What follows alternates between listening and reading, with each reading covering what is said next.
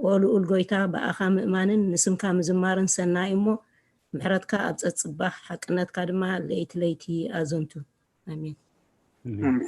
አንዲት ውዳሴ ስሉስ ቅዱስ ቅዱስ እግዚአብሔር ቅዱስ ኃያል ቅዱስ ሕያው ዘይመውት ካብ ቅድስት ድንግል ማርያም ዝተወልደ መሐረና ቅዱስ እግዚአብሔር ቅዱስ ኃያል ቅዱስ ሕያው ዘይመውት ኣብ ዮርዳኖስ ተጠምቀ ኣብ ዕፀይ መስቀል ምእንታና ዝተሰቕለ መሐረና ቅዱስ እግዚአብሔር ቅዱስ ኃያል ቅዱስ ሕያው ዘይመውት ኣብ ሳልሳይ መዓልቲ ካብ ሙታን ተፈልዩ ዝተንስአ ብምስጋናም ናብ ሰማያት ዝዓረገ ኣብ የማን ኣቡኡ ተቐመጠ ኣብ ህያዋንን ሙታንን ክፈርድ ከም ብሓድሽ ክመጽእ እዩ ኦ ጎይታ መሐረና ካናን አቦን ወድን መንፈስ ቅዱስን ለምን ኩሉ ሰዓት ዘላለም ዓለም አሜን ወስሉስ ቅዱስ መሐረና ወስሉስ ቅዱስ መሐረና ወስሉስ ቅዱስ መሐረና ቀጽሎ አላህ ኦ ጎይታ ኃጢአትና ሓደገልና ኦ ጎይታ በደልና ይትጸብጽበልና ኦ ጎይታ አበሳና ይቅረበለና ኦ ጎይታ ንሕሙማት ህዝብኻ በጽሐዮም እሞ ምእንቲ ቅዱስ ስምካ ኢልካ ፈውሶም ኦ ጎይታ ንሕሙማት ህዝብኻ በጽሐዮም እሞ ምእንቲ ቅዱስ ስምካ ኢልካ ፈውሶም ኦ ጎይታ ንሕሙማት ህዝብኻ በጽሐዮም እሞ ምእንቲ ቅዱስ ስምካ ኢልካ ፈውሶም ኦ ጎይታ ነቶም ዝሞቱ ኣቦታትና ኣዴታትና ኣሕዋትና ኣሓትናን ካብ ነብሶም ዕርፍ ኦ ካብ ሓጢአት ንጹህ ዝኾንካ ጎይታ መሐረና ኦ ካብ ሓጢአት ንጹህ ዝኾንካ ጎይታ ርድኣና ልማናና ኸ ተቀበለልና ክብርን ምስጋናን ፍጹም መዓርን ቅድስናን ንዓኻ ይግባእ አሜን ኦ ጎይታ መሐረና ኦ ጎይታ መሐረና ኦ ጎይታ ባርኸና አሜን ኦ ጎይታ ብቕዓት ግበረና ምስጋና ከምዚ እንዳበልና ክንጽሊ ኣብ ሰማያት ትነብር ኣቦና ስምካ ይቀደስ መንግሥትኻ ትምጻእ ፈቃድካ ከምቲ ኣብ ሰማይ ከምኡ ድማ ምድሪ ይኹን ዕለት እንጀራና ለማሃበና ንሕናን ዝበደልና በደሎም ከም ዝሓደግናሎም በደልና ንእምሰና እንደገልና ካብ ክፋድሕነና እምበራ ፈተና ይተእትወና መንግስትን ኃይልን ክብርን ዘለዓለም ናትካ ኢማ አሜን ወዚቴ ማርያም ብናይ ቅዱስ ገብርኤል መልአክ ሰላምታ ሰላም ለክለኹ ሕሊናኹ ድንግል ኢኺ ብስጋኹን ድንግል ኢኺ ኣደ እግዚአብሔር ፀባዖት ጎይታ ሰራዊት ሰላም ለክለኹ ንስኺ ካብ ኣንስቲ ብርክቲ ኢኺ ፍረ ከርሲ ብሩኽ እዩ እሙልተ ጸጋ እግዚአብሔር ምሳኺ እዩ ፍስቲ ደስ በልኪ ኃጢአትና ሰሪየልና ነፍቲ ወድኺ ኢየሱስ ክርስቶስ ምእንታና ምሕረት ለምንልና አሜን ሳሙኤል ገብረ መስቀል ምስጋና ንቅድስት ድንግል ማርያም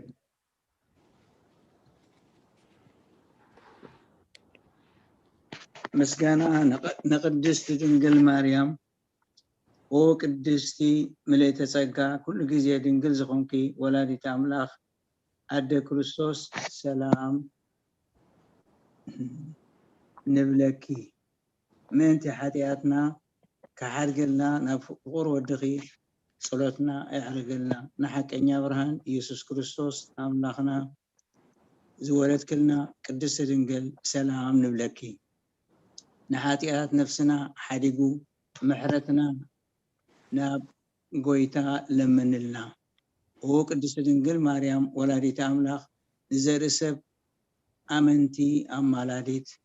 ናብ ወድኺ ኢየሱስ ክርስቶስ ብሕድገት ሓጢአት ከጸግወና ለምንልና ኦ ናይ ሓቂ ንግስቲ ድንግል ሰላም ንብለኪ ኦ አማኑኤል ኣምላኽና ዝወለድክልና ኩርዓት ዘርእና ሰላምታ ነቅርበልኪ ኦ ድንግል ብጎይታ ኢየሱስ ክርስቶስ ዝተኣመነት ኣማላዲት ሓጢአትና ምእንቲ ካሓድገልና ተዘከርና መእተዊ ጸሎተ ሃይማኖት ኣስሊ መእተዊ ጸሎተ ሃይማኖት ዓዲ ሓቀኛ ብርሃን ነኽብረኪ ኦ ቅድስት ድንግል ወላዲተ አምላኽ መድኃኔ ዓለም ስለ ዝወለድክልና መጽዮ ከዓ ንነፍስና ስለ ዘድሓነና ነመስግነኪ ኦ ጎይታናን ንጉስናን መድኃኒና ኢየሱስ ክርስቶስ ክብሪ ንዓኻ ይኹን ንስኻ ንሃዋርያት መጎሶም ንሰማዕታት ኣኽሊሎም ንጻድቃናት እልልትኦም ንቤተ ክርስቲያን ጽንዓት ንሓጢአት ሕድገት ብሓደ ዝመለኮቱ ስሉስ ቅዱስ ንብሰር ንሰግደሉ ነኽብሮን ኦ ጎይታ መሐረና ኦ ጎይታ መሐረና ኦ ጎይታ ማርሐና አሜን ትርሓስ ወልዱ ጸሎተ ሃይማኖት አቤት ጸሎተ ሃይማኖት ኩሉ ብዝሓዘ ሰማይን ምድርን ዝርአን ዘይርአን ዝፈጠረ ብሓደ ኣምላኽ ብእግዚአብሔር ኣብ ንኣምን ብሓደ بحدا قويتا يسوس كريستوس عالم كي تفتر مسؤولو زخوني ولد واحد ونعمن كاب برهان زترخبه برهان كاب حقني أملاخ زترخبه حقني أملاخ زتولد أمبر فطور زي كوني بملكته مسأب معرض زخوني كل بوه زتفتر بزي كأجن أبزي مدري زلو يخون ويست أب سماي منم زتفتر يلبون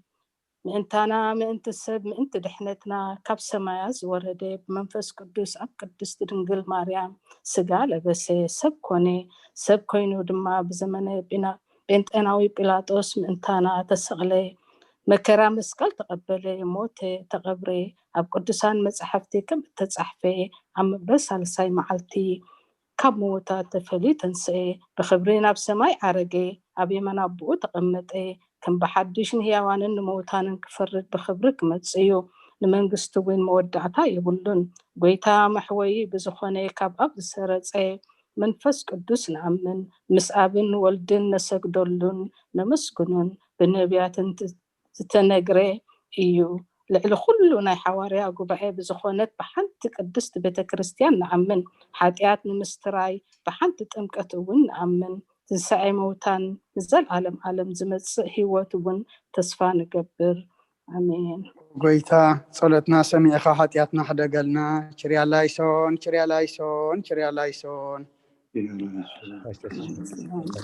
لايسون شريا لايسون شريا لايسون شريا لايسون شريا لايسون شريا لايسون كلالايسون شريا لايسون شريا لايسون شريا لايسون شريا لايسون شريا لايسون شريا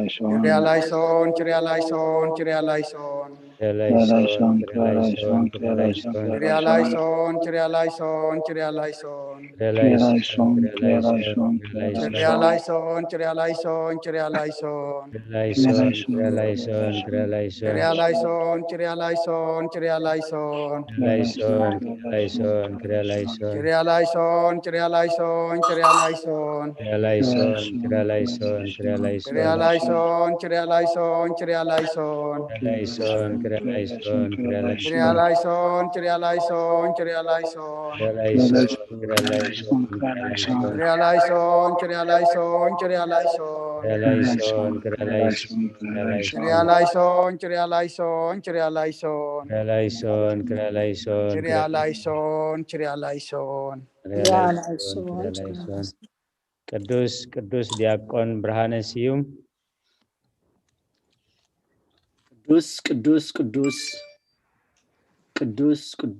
ቅዱስ እግዚአብሔር ጎይታ ሰራዊት ሰማይን ምድርን ብክብርኻን ብልግስኻን ሙሉአት እየን ኦ ንኩሉ እትመልኽ እግዚአብሔር አቦ መሐረና ኦ ጎይታ ሰራዊት አምላኽ ኃይልታት ምሳናኹን ምክንያቱ ኣብ ግዜ ሽግርናን ጭንቀትናን ብዘይካኻ ረዳኢ የብልናን ኦ አምላኽ አባና ሕደር ንበደልና ይቅሬታን ምሕረትን ግበረልና እቲ ብድልየትናን ብዘይ ድልየትናን ዝገበርናዮ እቲ ብፍላጥን ብዘይ ፍላጥን ዝሰራሕናዮ ስውርን ግሁድን ዝኾነ ሓጢያትና ምእንቲ እቲ ኣብ ልዕልና ዝስመ ቅዱስ ስምካ ኢልካ ኦ ጎይታ ይቅረበለልና ኦ ጎይታ ከም ምሕረትካ ዳ እምበር ከም ተግባርና ኣይኹን በከመ ምሕረትከ አምላክነ ዋቆበከ ማበሳነ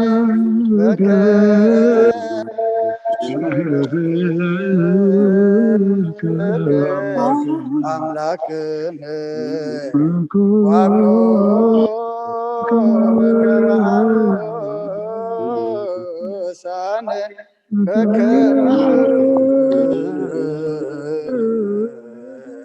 ረትከ አምላክነ ዋቆበከ ማበሳነ ምስጋና ከምዚልና ክንጽሊ ቡቅዓት ግበረና ኣብ ሰማያት ትነብር ኣቦና ስምካ ይቀደስ መንግስትኻ ትምጻእ ፍቃድካ እምታ ኣብ ሰማይ ከምኡ ድማ ምድሪ ይኹን ዕለት እንጀራና ሎማ ሃበና ንሕናን ዝበደሉና በደሎም ከም ዝሓደግናሎም በደልና ንእምሰና እንደገልና ካብ ክፉ ኣድሕነና እምበር ኣብ ፈተና ይተእትወና መንግስትን ሓይልን ክብርን ዘለዓለም ናትካ ኢማ ኣሜን أوزتي مريم بناي قدوس جبريل ملاك سلام لك الله وحلنا خي دنقلي خي بسقاخون دنقلي خي أدي جابير صبات قويتا سراوي سلام لك الله نسخك عن السبرختي خي فركر سخون برخي قوم اللي تسقى جابير مساخي وأفسد الدس فالكي حتى يتناصر يلنا نفتو ودخي يسكر ساس من تانا محرت لمن لنا أمين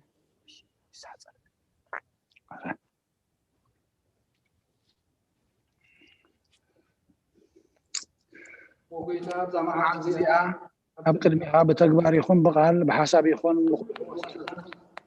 حتى مفكر سبن سلزخون كان تقدس مكايل كان تعرف أن الحدا قلنا حد السلامة أبزا أسدينا كل شيء ما تتقلنا كل خطأ كل فزنا سلعين حلونا لا خلنا بس أقال بالهراي تتمفكر سب زخون حد وقويتانا نبلخنا مدحينا يسوع كريستوس تتبوا الرسول كبير قداسي جرمان زلكا معرفة زخون وهذه منفس قدس مسكانا كحجن زلالم آمين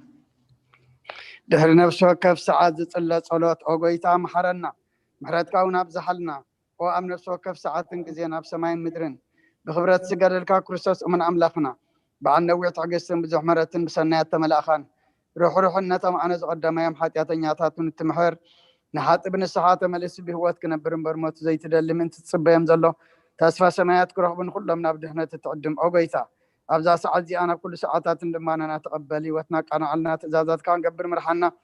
منفسنا قدس كان حساباتنا أنسه تمنيتنا ونسمر حمامنا فوس حتياتنا حدا قالنا خب كله كفع حزن سكيات قرد عنا بهلو أن أمكن عقاب بقدسان ملاك تحلوا أن أنا وهدت منات كان مرح منتي نابت زي مرمرن زي وسان في الأتكام بس حد لنا نسخان زي العالم بروخيخا كم زلنا بمسكانا كنصلي بقعات جبرنا أب سمايات تنبر عبونا سمكا يقدس منقص خاتمتا فقادكا خمتا أب سمايكم ودما أمدريكوين على تنجرانا لما هبنا نحنا نزبدلنا بدلهم زحدقنا لهم بدلنا كبكفاد احنا نمبر فتنا يتأتونا منقصن حيلن كبرن نزل علمنات كإما أمين أوزتي مريم بناي قدس جبريل ملاك سلام لك الله وحلنا خدن قلي خيب سقاخون دنقلي خادي جابير سوات ويتا سراوي سلام لك الله نسخك عن السبرختي خي فركر سخم برهم تسقى زيابير مساخي وأفسد الدس والكي حتى يتناصر يلنا نفتو ودخي يسوس كرسوس منتانا محرت لمن لنا أمين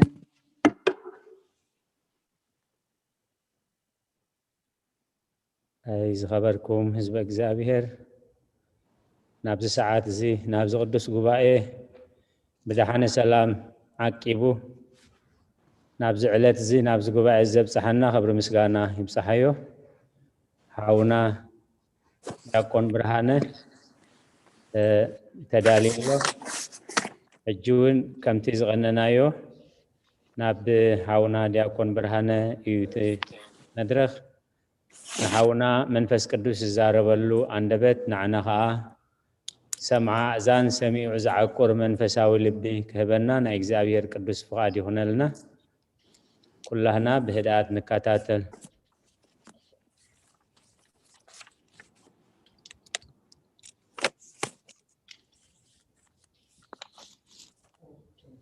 نوفمبر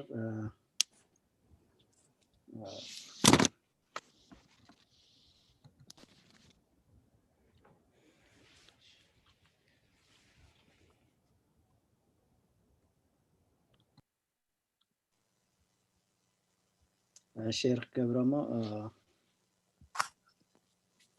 كميل لكم كل خاتكم سمع الله غدا مع الله يا راي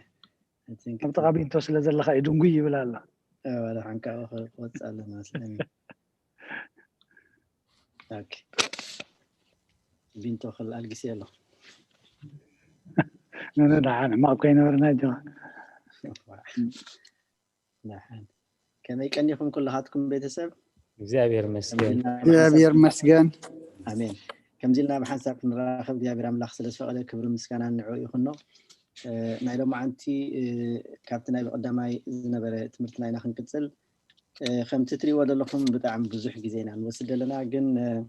ብመሰረቱ ነታ መፅሓፍ ክትዳሎ ከላ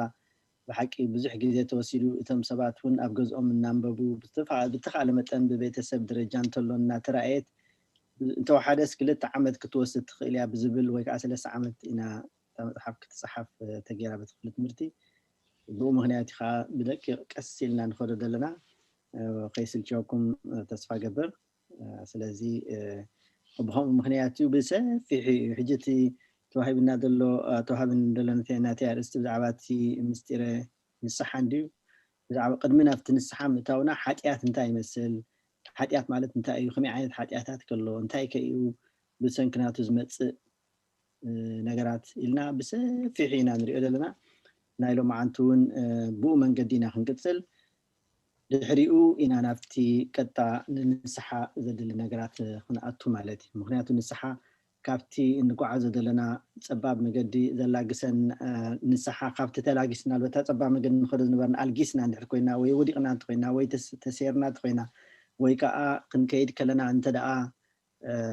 እንተደኣ ወዲቕና ወይ ከዓ ተሰይርና እንድሕር ኮይና ወይ ኣልጊስና እንድሕር ኮይና ዘጋጥመና ዝነበረ ኩነታት ኣሊና ንድሕሪት መምለስ ክኾነልና ዝኽእል መፍትሒ መስርዕና ኣብቲ ልዓፍና ኣቲና ንኸደሉ መገዲ ዘትሕዘና ምስጢረ ስጋዊ እዩ ነዚ ንምግባር ከዓ ኢና ነዚ ኩሉ እቲ መንፀፍ ክኾነና ዝኽእል ትንታኔታት ንህብ ዘለና እሞ ሕጂ ስላይደይ ምሳኹም ሼር ክገብረ ካብኡ ክንቅፅል ኢና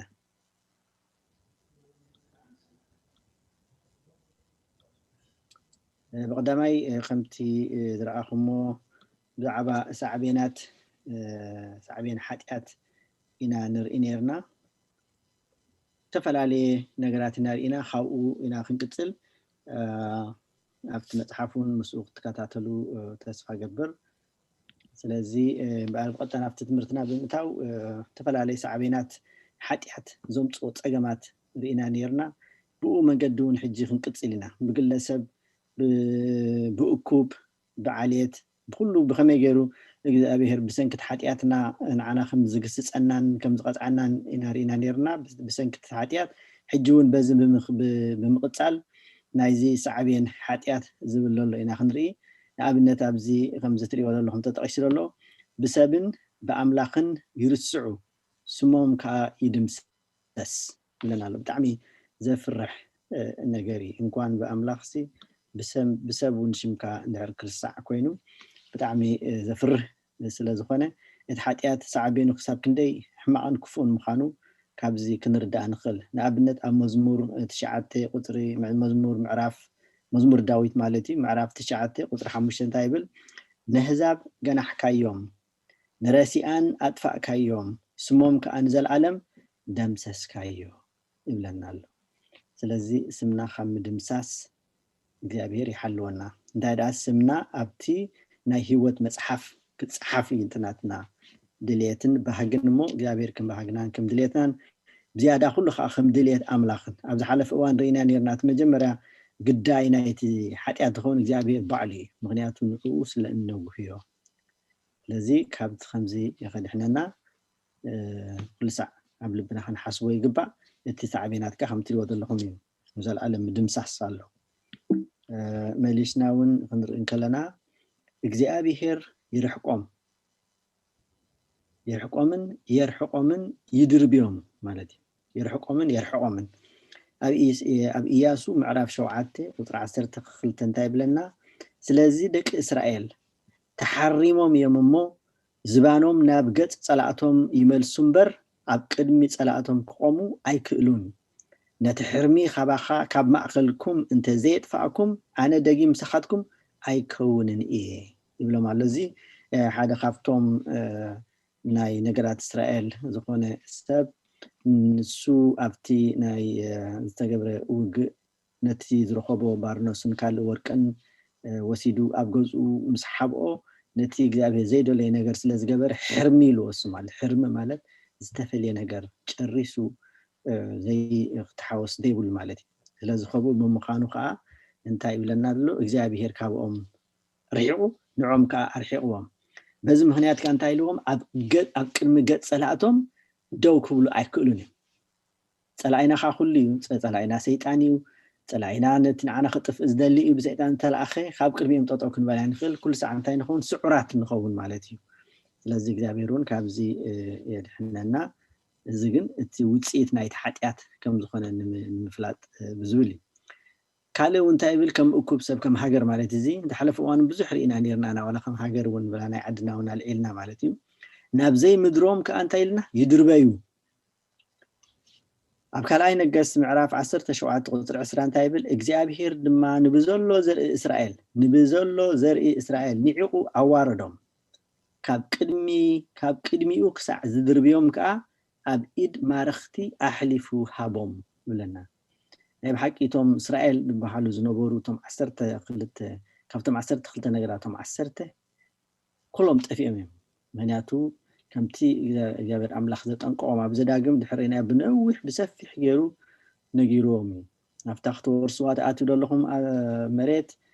እንታይ ክገብርኩም ዘለዎም እንታይ ክገብርኩም ዘይብሎም ብሰፊሕ ፅሒፉሎም ነጊርዎም እንተኾነ ግን በቲ ናቱ ትእዛዝ ክኸዱ ኣይደለዩን ኣብ ሓጢኣት ወዲቖም ንሱ ከዓ ደርቢዎም ኣርሒቑዎም ስለዚ እሱን ካብኩም የድሕነና ማለት እዩ እንደገና መጨረሻ ከዓ ናብ ገሃነም ከዓ ይድርበዩ እቲ ምድርባይ ኣብ ኩሉ ኣብ መሬት ከልካ ድርበ መጨረሻውን ዘላለም ትድርበ ማቴዎስ ምዕራፍ 8 ቁፅሪ 12 እንታይ ይብለና ደቂ መንግስቲ ናይ ግና ናብ ናይ ወፃኢ ጸልማት ክድርበዩ እዮም ኣብኡ ብኽያትን ምሕርቃም ኣስናንን ክኸውን እዩ ብለኩም ኣሎ ስለዚ እዚ ደቂ ናብ ገሃነም ምድርባይ ሕጂ ቅድሚ ሕጂ ብቀዳማይ መስለን ገሊፅና ነርና ገሃነም እሳት ማለት እቲ ንመላእክቱን ንዕኡ ነቲ ክፉኡን ዝተዳለወ መላእክት ንዕኡ ዘገልግሉ ማለት እዩ ነቲ ክፉኡን ንዕኡ መገላግልቱን ዝኾኑ ንዕኦም ዝተዳለወ መቕፃዕቲ ናይ መቕፃዕቲ ቦታ ናብኦም ክትከዲኢኹም ዝብሎም ነቶም ብፀጋሙ ጠጠው ዝበሉ ካብኩም የድሕነና ነቶም ብየማን ጠጠው ዝበሉ ከዓ ናብቲ ንዓታቶም ዝተዳለወ መንግስተ ሰማይ ንብሎ ዘለና ኪዱ እተው ናብኡ ብሎም ናይ ምሳይ ኢሉ ወስዶም ማለት እዩ እሱም ናብኩም ክንበፅሕ እግዚአብሔር ይሕግዘና ሕጂ ግን ኣብ መፅዓኒ ቦታ ዝኸውን እንታይ እዩ እቶም ሓጢኣተኛታት ናብ ሲኦል እቲኦም ጻድቃናት ከዓ ናብ ገነት ከም መፅዓኒ ቦታ ዘሎ ማለት እዩ ስለዚ ድሕሪት ኣብቲ ናይ ምፅዓት ከዓ ይድርበዩ ናብ ገሃነም ማለት እዩ እቶም ሓጢኣት ዝገበሩ እቶም ንእግዚአብሔር ዘስመርዎ ብተወሳኺ ሓደ ካብቲ ቀፃሊ ናይቲ ሳዕቤናት ሓጢኣት ንሪኦ ከዓ እንታይ እዩ ወቀሳ ሕልና ከዓ የሳቅዮም ወቀሳ ሕልና ማለት ፀፀት ርእሶም ይኹንኑ ኣብ ዘፍጥረት 42 ቁፅሪ 21 እንታይ ይብለና ንሓድሕዶም ከዓ ብሓቂ ኣብ ሓውና በደልና እቲ ምሕረት ክልምነና ከሎ ፀበባ ነፍሱ እናርኤና ኣይሰማዕናዮን ብሰርዚ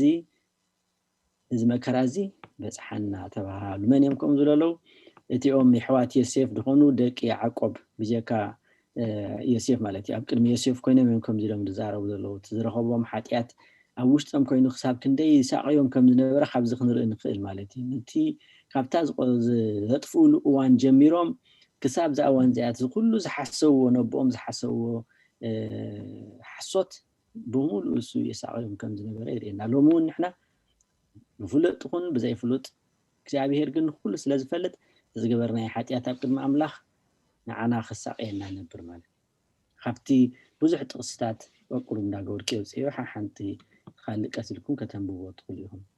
ውሕስነት ኣልቦን ንሓደጋ ዝተቃልዑን እዮም ዝኾኑ እቶም ሓጢኣት ዝገበሩ ማለት እዩ ስጋዊ ኣምታይ ይምርኮሱ ሕጂ ዝምርኮስዎ ካብ ኣምላኽ ምስ ረሓቁ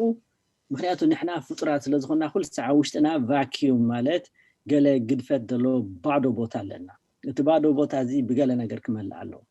ባዶ ኮይኑ ክብል ኣይክእልኒ ከም ተፈጥሮና ካብ ኣምላኽ ስለ ዝኾነ ንዕኡን ስለ እንመስል ብኡ ተምሳልን መልክዕን ስለ ዝተፈጠርና ብተፈጥሮና ናብኡ ኢና ክንፅጋዕ ንኽእል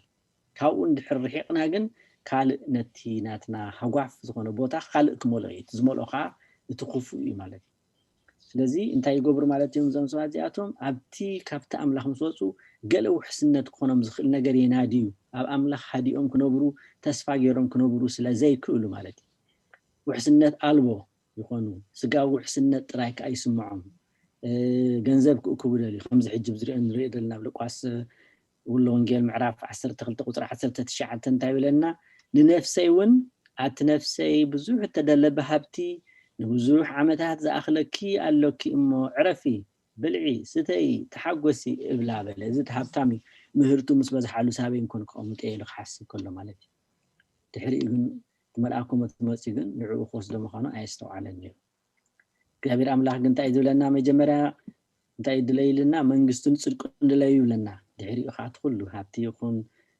ሓይሊ ይኹን ኮታስ እቲ ንዕኡ ዘድልዮ ዝኾነ ከም ፍቃድካ ይኹን ክንብሎ ከለና እቲ ንዕኡ ፍቃድ ዝኾነ ነገር ምግባር ከም ናትና ድልየት ዘይኮነ ማለት እዩ ንሱ ኩሉ ክበና ይኽእል እዩ ብምክንያት እዮም ከም ፍቃድካ ይኹን ምስ በሉ እቶም ቀደም ኣብቲ ናይ መጀመርያ ትምህርትና ዝረኣናዮ እቲኦም ብኣንበሳ ዝብልዑ ዝነበሩ ብሴፍ ዝቁረፁ ዝነበሩ ሰባት ክሳብ ሕጂ ዘለው እዞም ሕጂ ዘለው ብፍላይ ሳይኮሎጂስት ክርድኦም ብዘይክእል ነገር ከመይ ገይሮም ነቲ ሞትን ስቃይን ብሓጎስ ይቕበልዎ ነይሮም ኢሎም ይገርሞም ማለት እዩ እዚ ዘሎ ሳይኮሎጂ ናይ ሎሚ ክርድኦም ኣይክእልን እዩ ስለዚ እዚ ኩሉ እዚ ግን እንታይ እዩ እቲ ፀጋ ኣምላኽ ብውሽጥና ምስ መልአ እቲ ክንገብሮ ንኽእል ናትና ስቃያት ስቃይ ኮይና ይስማዓና ልክዕ ከምቲ ኣብ ግብረ ሐዋርያት ተጻሒፍ ዘሎ ቀዳማይ ሰማዕቲ ዝኾነ እስጢፋኖስ ክሃርምዎ ከለዉ ብእምኒ ገይሮም ክጭፍጭፍዎ ከለዉ ንሱ ግን ሰማያት ተኸፊቱ እዩ ንላዕሊ ዝርኢ ነይሩ ልቡ ኣብ ሰማይ እዩ ነይሩ ንዓታቶም ከዓ ኣብ ልቡ ሰማይ ስለ ዝኾነ ኣብኣቶም ስለ ዘይነበረ ኩሉ እናቐጥቀጥዎ ከለዉ ዝገብርዎ ይፈልጡን እዮም መሕደገሎም ክብል ፀገም ኣይነበሮን ማለት እዩ ስለዚ ተስፋናን ደገፍናን ፀወናን እንድሕር እግዚኣብሔር ኮይኑ ናይ ብሓቂ እቲ ሓጢኣት የለን ማለት ሓጢኣት እንድሕር ግን ካብ ኣምላኽ ይዘርሕቐና ብጣዕሚ የርሕቐና ማለት እግዚኣብሔር ንሓጢኣት ስለ ዝፍንፍኖ ይዘርሕቐና እሞ ካልእ ውሕስነት ከዓ ንደሊ ውሕስነትና ካብ ስጋ ዝተመርከሱ ክኾን ከሎ ከም ንሪኦ ዘለና ይኸውን ማለት እዩ እሱ ንፍራሕ ሓጢኣት ስለ ዝኾነ ማለት እዩ ውሕስነት ኣምላኽ ካባና ጠፍእ እንደገና ብኡ ብምቕፃል ትውክልቶም ኣብ ምድራዊ ዝኾነ ነገር ይኸውን ማለት እዩ ንኣብነት ኣብ ሰብ ይእመኑ ብፍላይ እዚ ሕጂ ዘለናዮ ኩነታት ኣብ ሃገርና ወላ ነዛ ዘይጠቅም ወረቐት ክትሰርሕ ገለ ሰብ ደለካ ትፈልጦ ወይ ኣብ ሕክምና ይኹን ወይ ኣብ ገለ መስሪያ ቤት ወይ ናይ ወፃኢ ዝኸደሉ ድኮታስ ኣብ ዝኾነ ቦታ ማለት እዩ ገለ ድኾን ህልወካ ኸውን ገለ ኢልካ እቲ በቲ ክንዲ በቲ ስርዓት ትኸይድ እንታይ ኢኻ ትገብር ካልእ ጓል መገዲ ትደሊ እዚኣቶም ከዓ ከምኡ ማለት እዩ ኣብቲ መንፈሳዊ ዓለም እቲ ሓጢኣት ካብ ኣምላኽ ምስ ረሓቖም ኣብ ገለ ነገር ክፅጉዕ ይደልዩ እቲ ናይ ብሓቂ ብኣምላኽ ዝፅጋዕ ሰብ ግን ዋላ ሓንቲ ነገር ኣየድልዮን እዩ ባዶ ብዝኾነ እዋን ሙሉእ እዩ እዚኣቶም ግን ውሽጦም ባዶ ስለ ዝኾነ ይደልዩ ኣብ ሰብ ይእመኑ ንኣብነት ኣብ ኢሳይያስ ምዕራፍ 31 ቁፅሪ 1 እንታይ ይብለና እቶም ረድኤት ደልዮም ናብ ግብፂ ዝወርዱ እምነቶም በፍራስ ዝገብሩ ኣብ ዓረብያታት ብዙሓት ስለ ዝኾነ ኣብ ፈረሰኛታት ድማ ብርቱዓት ስለ ዝኾኑ ዝውከሉ ወይለኦም ናብቲ ናይ እስራኤል ቅዱስ ግና ኣይጥምቱን ንእግዚኣብሔር ከዓ ኣይደልይዎን ምክንያቱ ካብኡ ርሒቖም እዮም ኣይፈልጥዎን እዮም መጨረሽኡ ብቕልፅምና ድብል ነገራትም ካብኡ ዝተበገሰ እዩ ኣብ ብቕልፅምና ወይ ከዓ እዚኦም ድሓን እዚኦም ከምዚ ክድግፉና እዮም ወይ ባዕሊ ከለ ኣለውና ክለ ስለ ዘለኒ ኣነ ድሓን ወይ ከዓ ካብ ሰብ ወፂና እውን ኣብቲ ካልእ ንሪኦ ኢና ከዓ ከም ተቐድም ኢልና ዝበልናዮ እውን ብሓብቶም ክእመኑ ይኽእሉ ወይ ከዓኒ ብካልእ ወገን ኣብዚ ኢልና ኣብነት ኣብ ምሳሌ ምዕራፍ 11 ቁፅሪ 28 እንታይ ይብለና ብሃብቱ ዝእመን ይወድቕ ጻድቃን ግና ከም ቆፅሊ ይልምልሙ ይብለና ስለዚ እዚኦም ኩሎም ከም ትሪኦ ዘለኹም ካብ ኣምላኽ ብምርሓቕ ኣብ ምንታይ ዓይነት ኩነታት ኣበይ ከመይ ዓይነት ነብሶም ኣብ ምንታይ ተስፋ ከም ዝገብሩላ ክንርኢ ንኽእል እዚ ከዓ ውፅኢትን ሳዕብየንን ናይቲ ሓጢኣት ንገብሮ ምዃኑ ምኾነስተውዕል ይግባእ ስኢት ክንብሎ ፅናሕና ኣብ ኣምላኽ ኣይእመኑን ኣብ ስልጣን መን ይእመኑ ኣብ ገዛ ርእሶም ይእመኑ ማለት እዩ ኣብ ስልጣኖም ኣብ ሃብቶም ከምቲ ዝበልናዮ እዚ እውን ምሳሌ 28 ቁጥሪ 16 እንታይ ይብል ኣእምሮ ዘይብሉ መስፍን ብዙሕ ይገፍዕ ንፍገት ዝፀልእ ግና መዓልትታቱ የንውሕ ይብለና ኣሎ እዚ ከዓ ነቲ ክፉእ ዝኾነ ካብ ኣምላኽ ዝረሓቐ በዓል ስልጣን ወይ ውልቀ መላኽ ንብሎ ኩሉ ናብ ምንታይ ይኸይድ ናብ ግፍዒ ኣብ ስልጣኑ ስለ ዝእመን ብምቕታልን ብምጭፍጫፍን ጥራሕ ስርዓት ከትሕዝ ይብሉ ብምባል ኣብኡ ብምውካል ኣብቲ ናቲ ሓይሊ ንዕኡ ነቲ ስልጣኑ ክናብሓሉ ዝኽእል ብዙሕ ግፍዕታት ክገብር ካብቲ ሓጢኣት ዝተበገሰ ምዃኑ ከነስተውዕለሉ ይግባእ ብተወሳኺ እውን ከምቲ ተፈላለዩ ዝበልናዮ ገሊኡ ብሰብ ዝእመን ገሊኦም ከዓ ብገንዘቦም ዝእመኑ ገሊኦም ከዓ ብኣፅዋር ይእመኑ ብዘለዎ መሳርሒ ኣብነት ቀዳማይ ሳሙኤል ምዕራፍ 17 ቁጥር 45 ዳዊት ከዓ ነቲ ፍልስጤማዊ ወሎ ንስኻ ብሰይፍን ብኩናትን ብመዝረቕን ትመፀን ኣለኻ ኣነ ግና ብስም እግዚኣብሔር ጎይታ ሰራዊት እቲ ንስኻ እተባጭዎ ዘለኻ ኣምላኽ ጭፍራ እስራኤል መፀካ ኣለኹ ኢሉ ዳዊት ነቲ ገዚፍ እሞ ከዓ ሓያል ዝኾነ እሞ ከዓ ምስኡ ከዓ ሙሉእ ዕጥቂ ዘለዎ ኣብ ዕጥቁን ኣብ ኩለንትንኡ ዝተኣማመነ ጎልያድ ከመይ ኢሉ ከም ዝኸዶ ንርኢ ኣለና ትንሽተይ ቆልዓ ኣብ ቅድሚ ንዓይሲ ከም ከልቢ በትሪ ሒዝካ ዲኻ ትመፃን ኢሉ እሱ እውን ዝነዓቆ ማለት እሱ ግን ብስም እግዚኣብሔር ዝመፀካ ደሎ ኢሉ ከመይ ገይርኩም ንሳዕሮ ከዓ ኩላትና እንፈልጦ ነገር ስለ ዝኾነ ብዙሕ ምትንታን ዘድልዮ ኣይኮነን እሱ ከዓ እቲ ናይ እግዚኣብሔር ሓይሊ ናይ ብሓቂ ክነድንቆን ንኽእል ማለት እዩ ኣብ እግዚኣብሔር ክትውከል ከለካ ኣብ ሓይልካ ኣይኮነ ታዲያስ እግዚኣብሔር እዩ ዝገብሮ ማለት እዩ ምክንያቱ እግዚኣብሔር ንኩሉ ዝገብር ንኩሉ ዝኽእል ናቱ ዕላማታት ንክንገብር ንዑ ንሕር ንሱ ናቱ ዕላማ ከነፈፅም እንተደኣ ተበጊስና ኮይና ብሓይልና ይኹን ብመንም ንሕና ንንቅሓሉ ወይ ከዓ ንገብሮ ነገር ስለዘይብልና ንሱ ዝበለና ጥራሕ ክንገብር ከለና ከዓ ብጣዕሚ ዕዉታት ክንከውን ንኽእል ንክብሪ እግዚኣብሔር ከዓ ናይ ብሓቂ ጠጠው ንብል ማለት እዩ ካብዚ ብምቕፃል ከዓ እንታይ ንርኢ እዚኦም እውን ተወሳኺ ማለት እዩ ኣብ ገዛእ ርእሶም ይእመኑ ኣብ ክንዲ ኣምላኽ ኣብ ኣምላኽ ኣብ ገዛእ ርእስኻ ምውካል ድብሎ ዘሎ እውን ካልእ ሳዕብየን ከም ምዃኑ ተወሳኺ የትገብሮ እዚ ካብቲ መፅሓፍ ብቐጥታ ስቴፕ ብስቴፕ እንዳገበሩ ክኸዶ ስለ ዘሎ ገለ ምድጋማት ኣለዎ ግን እቲ ምድግጋማት ኣይንፅላእዮ ንትምህርትና ክኸውን ስለ ዝኽእል ኣብ ኤርምያስ 48 ቁጥሪ 7 እንታይ ይብል ብሃብትኺ ተኣሚንኪ ኢኺ እሞ ስለዚ ንስኺ ድማ ክትተሓዚ ኢኺ ኬሞሽን ካህናቱን መሳፍንቱን ከዓ ሓቢሮም ክማረኹ እዮም ኢሉ ነቶም ኣብቲ እዋን ዝነበሩ ብሃብቶም ዝምኩሑ ዝነበሩ እስራኤላውያን ዝተዘረቦም ነገር እዩ ኣብ ጥበቦምን ፍልጠቶምን ይእመኑ ብክፍኣትኪ ተወኪልኪ ኢኺ እሞ ዝርእየኒ የልቦ ንበልኪ ጥበብክን ፍልጠትክን ኣስሓተኪ ብልብኹን ኣነ እምበር ብጀካይ ካልእ የልቦ ንበልኪ ኢሉ ኮታስ ብዝተፈላለየ መልክዕ ብዝተፈላለየ ኩርናዓት እናረኣና ኢና ንሪኦ ዘለና ከመይ ካብ ኣምላኽ ከም ዘርሐቐና እቲ ሓጢኣት እዚ ሕጂ ዘንበብናዮ ኣብ ኢሳያስ 47 ቁፅሪ 10 ተፃሒፉ ዘሎ እዩ ስለዚ በዚ ከምዚ መልክዕ እውን ክንሪኦ ንኽእል ማለት እዩ እንደገና እንታይ ይብለና ኣብዚ ከዓ ብእግዚኣብሔር እንታይ ኢልና ንፁጋት እዮም መስዋእቶም እንታይ እዩ ንፁግ እዩ መስዋእቶም ፍንፉን እዩ እግዚኣብሔር ኣይቅበሎን እዩ ምሳሌ 15 ቁጥሪ 8 እንታይ ይብለና መስዋእቲ ረሲኣን ኣብ ቅድሚ እግዚኣብሔር ፍንፉን እዩ ጸሎት ቁንዓን ግና ባህ የብሎ ጸሎት ቁንዓን ባህ የብሎ ናይቶም ረሲኣን ግን ይፍንፍኖ ብጣዕሚ ይጸልኦ እግዚኣብሔር ኣምላኽ ኣብ ዝተፈላለዩ ቦታታት እውን ነጊርና እዩ እቲ ናታትኩም ተቕርብዎ መስዋእቲ ጨኒ ኢሎ ይጨኒኒ ኣይደልየኒ ኢሎም በቃ እስኻትኩም ከቢድኒ ዝሓለፈ ሰንበት ማል ሰንበት ዝተነበበት ናይ ወንጌል ንባብታ ብሃገረ ስብከት ትዝርጋሕ ብሰፊሕ ብዛዕባ ተፃሒፍ ነይሩ ሓጢኣት ከመይ ምዃኑ ዝብል ኣብኡ ምናልባት ተሪኢኹሞ እንትኾኑ ምዝ ከይድ ዝኽእል ነገር ስለ ዝኾነ ማለት እዩ ድሕሪኡ እንታይ ብሎም ጸሎቶም ከዓ እንታይ ብለና ንፁግ እዩ ጸሎት ዋላ ክገብሩ እንተደልየ እውን ኣብ ውሽጥና ዝሓባእናዮ እንድሕር ሃሊና ኮይኑ እግዚአብሔር አምላኽ ካብ የድሕነና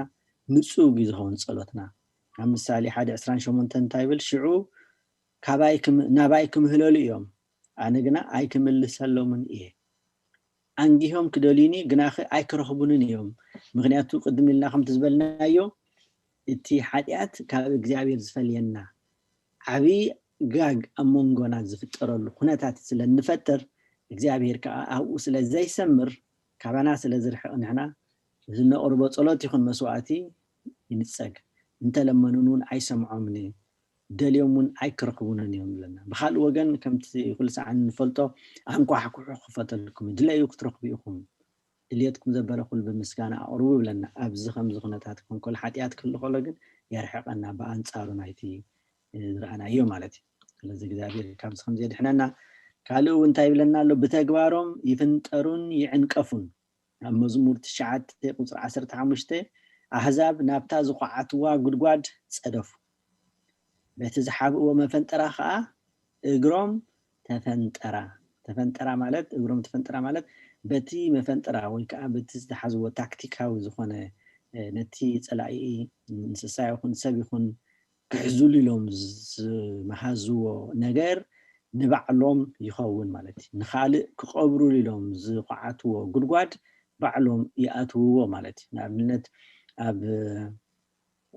ከምኡ ገይሩ ኣብ ታሪክ ናይ ቤተክርስትያንና ኣብ መፅሓፍ ቅዱስና ተፃሒፉ ዘሎ ኣብ መፅሓፍ ኣስቴር ብዛዕባ ሃማን ክንርኢ ንኽእል ኢና ሃማን ሲ እንታይ ገይሩ ነቲ ማርዶካይ ክሰቕለሉ ኢሉ ዓብይ ኦም ኣብ ገዝኡ ኣቐሚጡ ነይሩ ገርመኩም ግን እግዚኣብሔር ነቲ ኩነታት ቀይሩ ኣብኡ ንባዕሉ ከም ዝስቀል ኮይኑ ማለት እዩ ስለዚ ኣብ እግዚኣብሔር ክንእመን ከለና እቲ ክኸውን ዘይክእል ነገር ክኸውን ስለ እንርኢ ንኸምኡ ዕድላት ክገብረና እግዚኣብሔር ኣምላኽ ናቱ ፍቃድ ይኹነልና ብኡ መንገዲ ክንከይድ ንሓጢኣት ክንፍንፍን ንሓጢኣት ከዓ ኣዝዩ ካባና ከም ዝርሕቕ ክንገብር እግዚኣብሔር ሓግዘና ብኡ ኸ እዚታት ኩሉ ኢኻ ሕጂ ናበይና ንኸይድ ዘለና ማለት እዩ ናብቲ ንስሓ ነዚታት ኩሉ ምስ ፈለጥና ነቲ ንስሓ የቕልለልና ማለት እዩ እዞም ኩሎም እዚኣቶም ከምዚ እንድሕር ኮይኑ ዳ ከመይ ጌርካ ክንበር እዩ ከምዚ እንድሕር ኮይኑ ዳ ከመይ ጌርና ኢና ከምዚ ክንገብር ከይንብል ማእታኒና ንሓራ መጨረሹ ሞ ከምዚ ከይንኸውን እንድሕር ኮይኑ ብንስሓ ክንምለስ ኣለና ክንብል ማእታኒና ዝኩሉ እዚ ዝመፅእ ደሎ ብከምዚ ጌርና ብሰፊሑ ዝረአ ደሎ ማለት እዩ ስለዚ ንሕና ልብና ናብ ንስሓ ዝተዳለወ ኸውን እቲ ክፍኣትን ሕመቕን ናይ ሓጢኣት ክስሓብ ዝኣኽለና ክንፈልጦ ክንክእል ኣለና ምስ ፈለጥና ኢኻ ኢና ናይ ሓቂ ፎቅ ክንብሎ ንኽእል ምስኡ ከዓ ክንሰማማዕ ዘይንኽእል ማለት እዩ ካልእ እንታይ ኢልና ይንቀሉ ይምንቆሱ ወይ ከዓ ይመሓው ማለት እዩ ማይዝ ኣብ ዘዳግም 29:28 ተርእየና እወ እግዚኣብሔር ሲ ብኹራን ብነድርን ብዓብይ ቁጣዓን ካብ ሃገሮም ምሕው ኣቢለ ኢሉ ከም ዝሎም ኮይንዎ ዘሎ ናብ ካልእ ሃገር ደርበዮም ይብለና ንደቂ እስራኤል ከመይ ገይሩ ይደርብዎም ነቶም ቅድሚኦም ዝነበሩን ከመይ ገይሩ ያጥፊኦም ግን እቶም ክወርሱ ዝመፁ ደቂ ኣምላኽ ዝተባሃሉ ብኣምላኽ ዝተመርፁ ናቱ ፍትዋት ዝኾኑ ብሰንኪ ሓጢኣቶም ካብ ኣምላኽ ርሒቆም ገፁ ከዊልሎም ፋሕ ኣቢሉ ምሒ ደርብዎም ይብለና ብምሓው ማለት ናይ ብሓቂ ካብቲ ዝነበርካዮ ተነቂልካ ምጥፋእ ማለት እዩ ምቁራፅ ዝበሃል ኣሎ ንኣብነት ድሕሪ ቆሪፅናዮ እንደገና እዩ ዝዓቢ እንድሕር ኢኹም ኮንኩም ኣብ ዓዲ ዳዕበና ካልኦት ንፈልጥዎ ትኾኑ ኣብ ፀሓያይ ክብል ከሎ ነቲ ፀሓያይ ክትምሕዎ እዩ ዘለካ እንድሕር ምሒኻዮ ጥራሕ እቲ ፀሓያይ እንደገና ክበቁል ዘይክእል እንተደኣ ተመንጢሱ ግን ንኣብነት ሮማዲ ክኸውን ይኽእል ዋላ መንደልቶ ክኸውን ይኽእል ወይ ካልእ ዓምዐ ገለታት ትብል ፀሓያት ኣሎ ምስ ንዑ ክኸውን ከሎ እንታይ ኢና ንገብሮ እንድሕር እቲ ምምሓው ቁሩብ ስራሕ የድልዮ እዩ ፍሕር ኣቢልካ ኢድካ እውን ክሕመካ ስለ ዝኽእል ነቲ ምድሪ ፍሕር ኣቢልካ ኢኻ ቦንቂርካ ክትወፅኦ ትኽእል ንኣብነት እቲ ግራት እንድሕር ደሪቑ ብፍላይ ሓመድ ክፈሓረልካ ስለ ዘይክእል ክትምሕዎ ብጣዕሚ ኣፀጋሚ እዩ ስለዚ እንታይ ንገብሮ ብፍላይ ቆልዑ ማእታን ክንምሑ ስለ ዘይንኽእል ነበርና ምንጭት ኣቢልና ንኸይድ ማለት እዩ ንግዚኡ ደየለ መስል ግን ድሓር ጨብጪቡ ዝበዝሐ ይኸውን ማለት እዩ ስለዚ እቲ ሓጢኣት ግን ካብ ሱርና እዩ ዝምሕወና ይምንቁሰናን ይነቕለናን ድሕሪኡ ከም ዘይንትስእ ማለት እዩ እግዚኣብሔር ካብኡ ይሕገላግለና ግን ትኽፍኣት ናይቲ ሓጢኣት ምፍላጡ ብጣዕሚ ኣገዳሲ እዩ ከምኡ እንታይ ብለና ዘርኦሙን ኢልና ንኣበሳኦም ይፍደዮ ካብለና ኣሎ ደቅና እውን ክሓልፍ ክእል ኢና ናትና ሓጢኣት ከምቲ ደቂ እስራኤል ደምና ኣብ ርእስናን ኣብ ደቅናን ይኹን ዝበልናዮ ከምኡ ከይነምፅእ ክንጥንቀቕ ይግባአና ኣብ ዘፀአት ምዕራፍ 20:5 እንታይ ብለና ኣይትስገደሎም ኣይተገልግሎምን ድማ ኣነ እግዚአብሔር ኣምላኽካ ቀና ኣምላኽ እየ እሞ ብዝፀልኡኒ ሓጢኣት ኣቦታት ኣብ ደቂ ክሳዕ ሳልሳይ ክሳዕ ራብዓይ ወለዶ ዝቐፅዕ ብለና ኣሎ ነቶም ፅቡቅ ዝገብሩ ክሳብ 1000 ወለዶ እዩ ዝብለና ነቶም ሕማቅ ንገብሩ ግን ክሳብ ካልኣይ ሳልሳይ ክሳብ ራብዓይ ወለዶ ብለና ኣሎ ስለዚ ኣባናት ዘይመፀ ኣብ ደቅና እውን ክመፅእ ስለዝኽእል እቲ ናይ ሳዕብየና ናይቲ ሓጢኣት ስለዚ ነቲ ሓጢኣት ኣርሒቕና ክንጉሕፎ ነቂልና ክንድርብዮ ንሕና ዘይኮነ ክንንቀል እቲ ሓጢኣት ክንቀል ከም ዘለዎ ከነስተውዕል ይግባእ እግዚኣብሔር ቀናእ ኣምላኽ የለና ቀናእ ክብል ኣይሓፍርን እዩ እግዚኣብሔር ኣምላኽ እኳ ዳጊ ሂዱ ይዛረብ ንሕና ግን ቀኒኤ ክንብል ንፈርሕ ንሓፍር እውን ኣብ ቤትና ንኣብነት ከምኡ እዩ ሓንቲ ሰበይቲ ብሰብኣያ እንድሕር ተሓዝን ሃልያ ኮይና ብሰብኣይ ቀኒኤ ኣብ ክንዲ ትብል ከምዚ ንዝገብረ እንዳለት ኢላ ክትንፅርፅር ይሓይሽ እቲ ሰብኣይ እውን ከምኡ ኣብ ክንዲ ሰበይቱ ቀኒኤ ኣለኹ ኣብ ክንዲ ዝብል ከምዚ ሕስረት ኮይኑ ይስማዓና ቀኒኤ ምባል ወይ ከዓ ከምዚ ናይ ትሕተ ርእስኻ ምትሓት عينت ويكا رئيسة أمانة مقدال كوينس معنا قلنا جابير بعلكم لنا أنا كأن أمنا خينا بكالا يتغير لنا نحن خاكم لنا بناتو فترة بناتو ممثال سلة فترة نحن بتعمل كأناتنا تقن تقن منفسه وقن إخونا الله حتى هذا متقني يكونن عوي ماكينة سلز جز من تاي ماكينة جز إلنا بزوع وكن نعرفين السنتايو نتي دينات كامل من ناي ويكا كفو محساب الكفو حاجاتي خاص لذي اتي قدوس كان يخللونا ناي جابير فقاديو جابير بعلو نقرنا له أنا خابو من قد جيرنا مخنياتو أنا تقودي اللي خنبل كم عينة أزار أربع خنتكم بقوله مثلا أمره بهلاون تصب كل ساعة هوتنا أبزقنا يكون الساعة 5 جير كان السخن 5 جير كان يكونس أنا تبديل له 5 خوين له جوهي له كاني له بتعم حزين له بس قدايزي حزين كان ده يكون خنبل لنا حزين له نحن أنا تقولي له بس قبل كان نجارات بتعم تسمعنا له إلنا خنزار مكلنا بقدر تخم تقول أنا نتي تقول أنا ذا الأكل كنا بروخلنا حيشاب كندي إحنا عجن كم سب في الله كم حبرة سبناتنا خملاتنا لمدي كم زجير كان حنت معلت وانتبو جير كان يتفل نالنا نحرنا خن التعوص مثلا نوع كون أقدر من قلنا خن في الله إذا العلا دلخو دايد أس نتناقرات نتحاتيات تتبدل ناين حكون أنا خا بديل له كنا بالكلنا خا سبوا خلنا خيل حاتيات صعبين قلنا في رستيكم الله سيد دلخو بوز بزي وقع نسأله تح كنا بلو مالتي نسأل تحمع نتقفو نتحاتيات كاو نابيكن أتينا بار نبتي سعبنا ذنبرة تفرد أملاخنا له بعابي مالتي بزح درجات تقيسي كن بخال ملك بخال قرن عينا كنري مالتي نتي فردي كاب جزابي هير الصور زخانة يكون حاتيات يلبون كل حاتيات أبون تأي فلوتي بمنم عين التأمر تحابينا كاب أملاخ تخولنا حاتيات غيرنا لنا نعجب عين خلنا ويكا أي تفلت كون لنا كنا براين خلنا نخلي سب كتدناجر تخل هن سب كتدناجر 70 سبعين خدناجر خل 70 سبعين خدناجر تخل قالوا نخلي خدناجر يخولوا جن نكتابير كنا دناجرو عين خلنا مغلاتو أبيدو إن هذا نحنا كل عندنا ناس اللي تفلتنا وشتن كل عليتن وشتنا زفلت كل عليتنا زمر من لبنا زفلت أمورنا زفلت قطاس نحنا قلتنا بمين لذا بيرمياس 10 شعاتنا أبنا بنتايبل عين تيلو أب كل ما قدتاتهم يتمتالوا مو كاب قدمي كحبو أي كألو مني كاب قدمي كحبو أي كألو مني أبساهم كاب عينتي أي سورن إيو بكا يلن مالتي سلازي يتنقبرو دلنا نقرات كله نايبا حكي كاب أملاخ كفلي النازخ المخانو نافلتنا انتاي داس أقدمنا خنزي تقبرنا دلو نقرات كابانا خنرحقو خمزلنا نافلتنا مالتي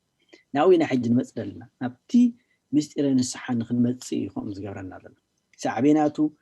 حماق نايت حاتيات سعبينات نايت حاتيات كله نرئي لنا نبتفردق للمسانا خانتاي كله اكزابير أملاخ فولتوي سلازي فولتو نحنا تقداديمنا نتسو زفولتو دلالقر بتحتنا قريبنا أزي بديلي إلنا أبقر ما أملاخ نسحان نازخ النقراتنا وفتنا نخيد لنا سلازي أبقر ميوخ حبوه ويكن حبا أي كألني نعبنت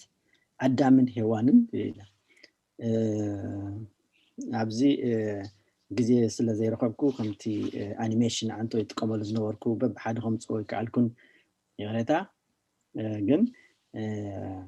next week I hope كم قبرنا بتمود أقص وخير سلازنا برخا يقوم خين سمعنا يغريتا بزخنا تماتي مخنيات قبلا يكونن سلازي اتي أنيميشن يقولون تبب بالتراز نجار مع مغنيات attention كايس حبيسو جن بحنساب كل نحمت هالي جن attention كروب ما زابل سلازي خيليمو كله نجو مستوعب غيركم كاتاتلوني حدا رابل مالتي عدامن هوان اندحرينا انا ابنل بزما وصيت تخاتلو عدامن هوانن مسحاتو انتايم كيدوم ستحابيوم دعرا ابي لخ ادام يلوم ابي لخ ادام كلهم رايسينهم ايكونن انتاي غيركا اخا مالتي انتاي تحبوا لكم انتاي هونكم كلاي كاون ردو ነገር ኩላትናኹም ንፈልጦ እንታይ ሳዕቤን ናይ ሓጢያት ቅድሚ ሕጂ ናሪና ነርና ፍርሂ ዘምጻልካ ሓጢያት ትብዓት ናይ ኣምላኽ ፍርህኻ ናይ ሰይጣን نجيركم عن تقدم إلى إتيوم نعم بساخ بعض خبلع خد خلو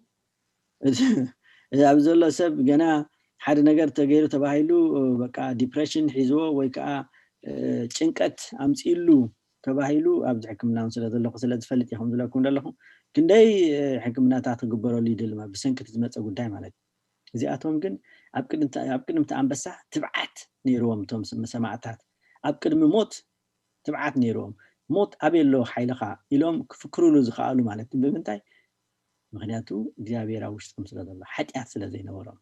ክብር አምላኽ ስለዝመል ኦም ማለት ክብር አምላኽ እንድሕር መልእካ ኣብ ዝኾነ ይኹን ቦታ ጠጠው ክትብል ትኽእል ልክ ሓምቲ ዳዊት ናይ ዓንቶ ይዝራእናያ ማለት ኣብ ቅድሚ ጎልያድ ኣብ ቅድሚ ትገዚፍ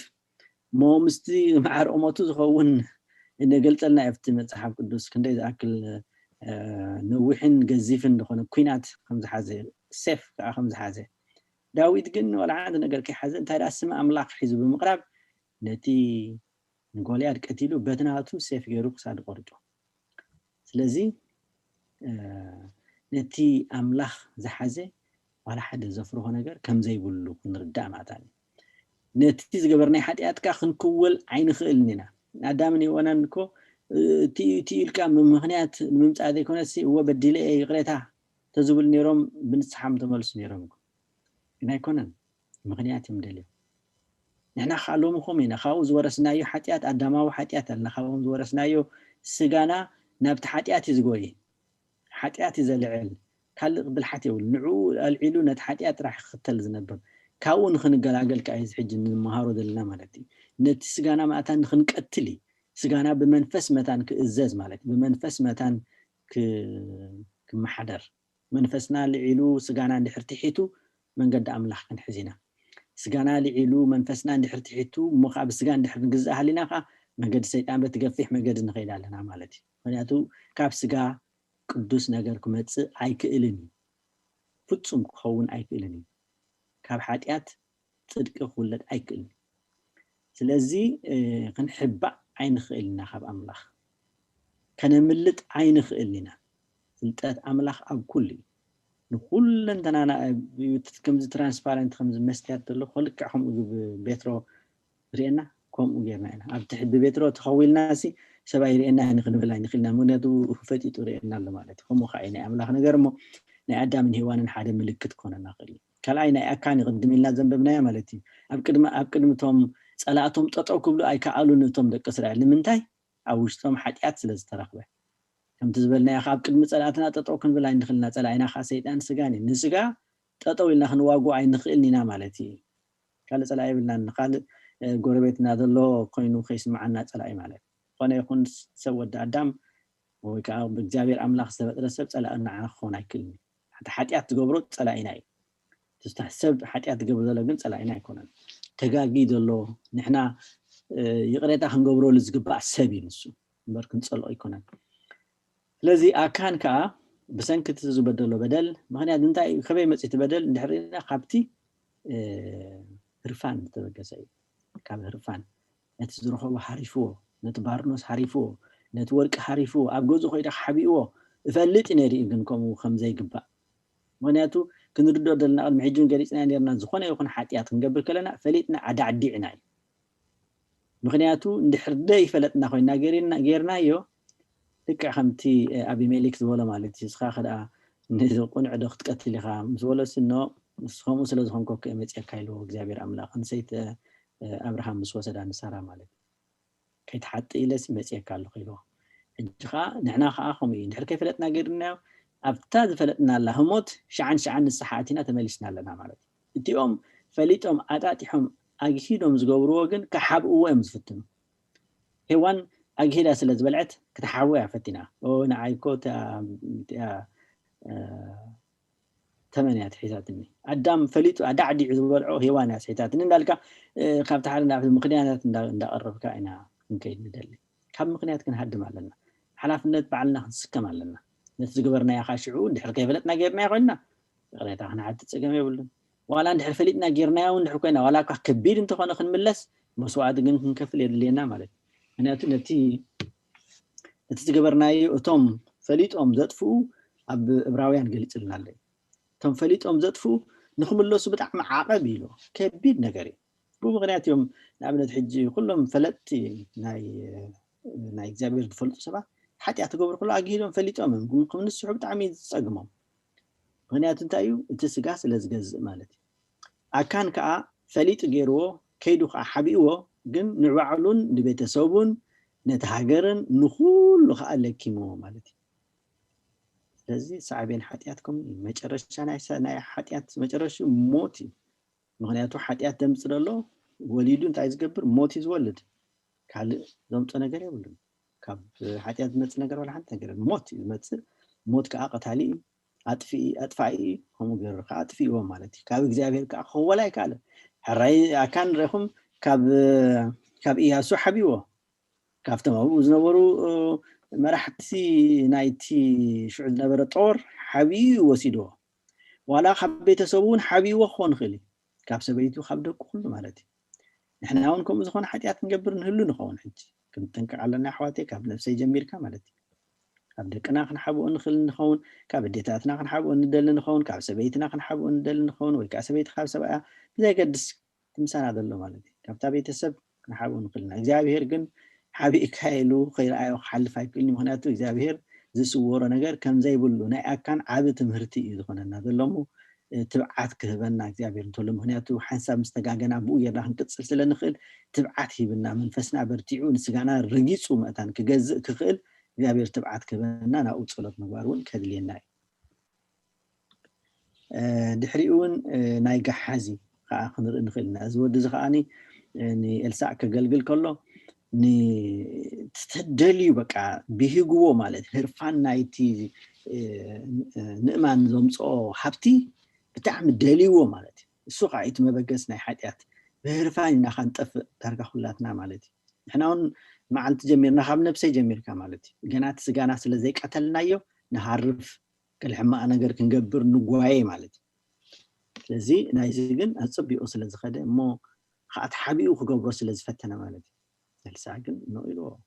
حمامنا ايمان كا نام ايمان كا زليلا نابي مصا ناب غحازي مصيا حمام او تساغيرو ማለት ስለዚህ ፍራይብልን ቆል ሓንት ካብ አምላኽ አርሒቁ ጥምት ሎ ነገር አይኮነን ግን ስጋና መጀመሪያ ስለዚ ሓርፍ ደሎ ሽዑ ንግዚኡ ጽቡቅ ኮይን ስራይና ልክዕ ታና መጀመሪያ ሓጢያታ ታና መጀመሪያ እንኮ ሓጢያት መታ ሄዋን ምስራይታና ታኦምሲ ገና ኸይበልዓታ خلاص ንምብላዕ ብህግ ተባሃገት ታብለና ምድር ስለዚ ራእያት ታጥራ እንእማኑን ኮ ባዚ ገሓዙን ኮም ይኾይን ንምስራዮ ብህግ ወነት ሃብቲ አታሊሉ ኻኾስ ይሉ مغنياتات كان قبلنا خمس نسز ولا لازم عرق تيدونتي لا حرقنا عم كحيدهم لبعلي وسيلوا كومينا نقبل كان انا خاب نفسي جمينا نقبر نغراتي خابز خن حدم طعم خصقمنا مغنيات سغا سلازلبسنا مالتي انت خونا ግን እዚ ንመሃሮ ዘለና ናው ገጽ መጨረሹ ናብቲ ምስጢር ንስሓ ክንምለስ ንኽእልና ንምበልና ተስፋ ዘይብልና ይኮናን ተስፋ ኣለና ተስፋና ከዓ ብንስሓ በቀሊሉ ክንምለሰሉ ንኽእል ብንዛዜ ክንምለሰሉ ንኽእል ማለት ኣዳሊልና ኣሎ እግዚአብሔር ጸድፍ ፈጥር መዳይ ወኻ ፈጥር ከም ዝበሃል እቲ ሓጢያት እንተሃለወ ብሰንኪ ስጋናን ብሰንኪ ሓጢያት ብሰንኪ እቲ ሰይጣንን ዝመጽእ መዳይ ወገር ግን መሊስና መምለስ ግን ኣለና ማለት ኣንያናን ጸጲራንን ከምኡ ክንጅር ኢና ነርና ዞም ሰብኣይን ሰበይትን ዚኣቶም መሬትናቶም ነሩ ነቲ መሬት ሸይጦሞ ክንታይ ገይሮም ተሰማሚዖም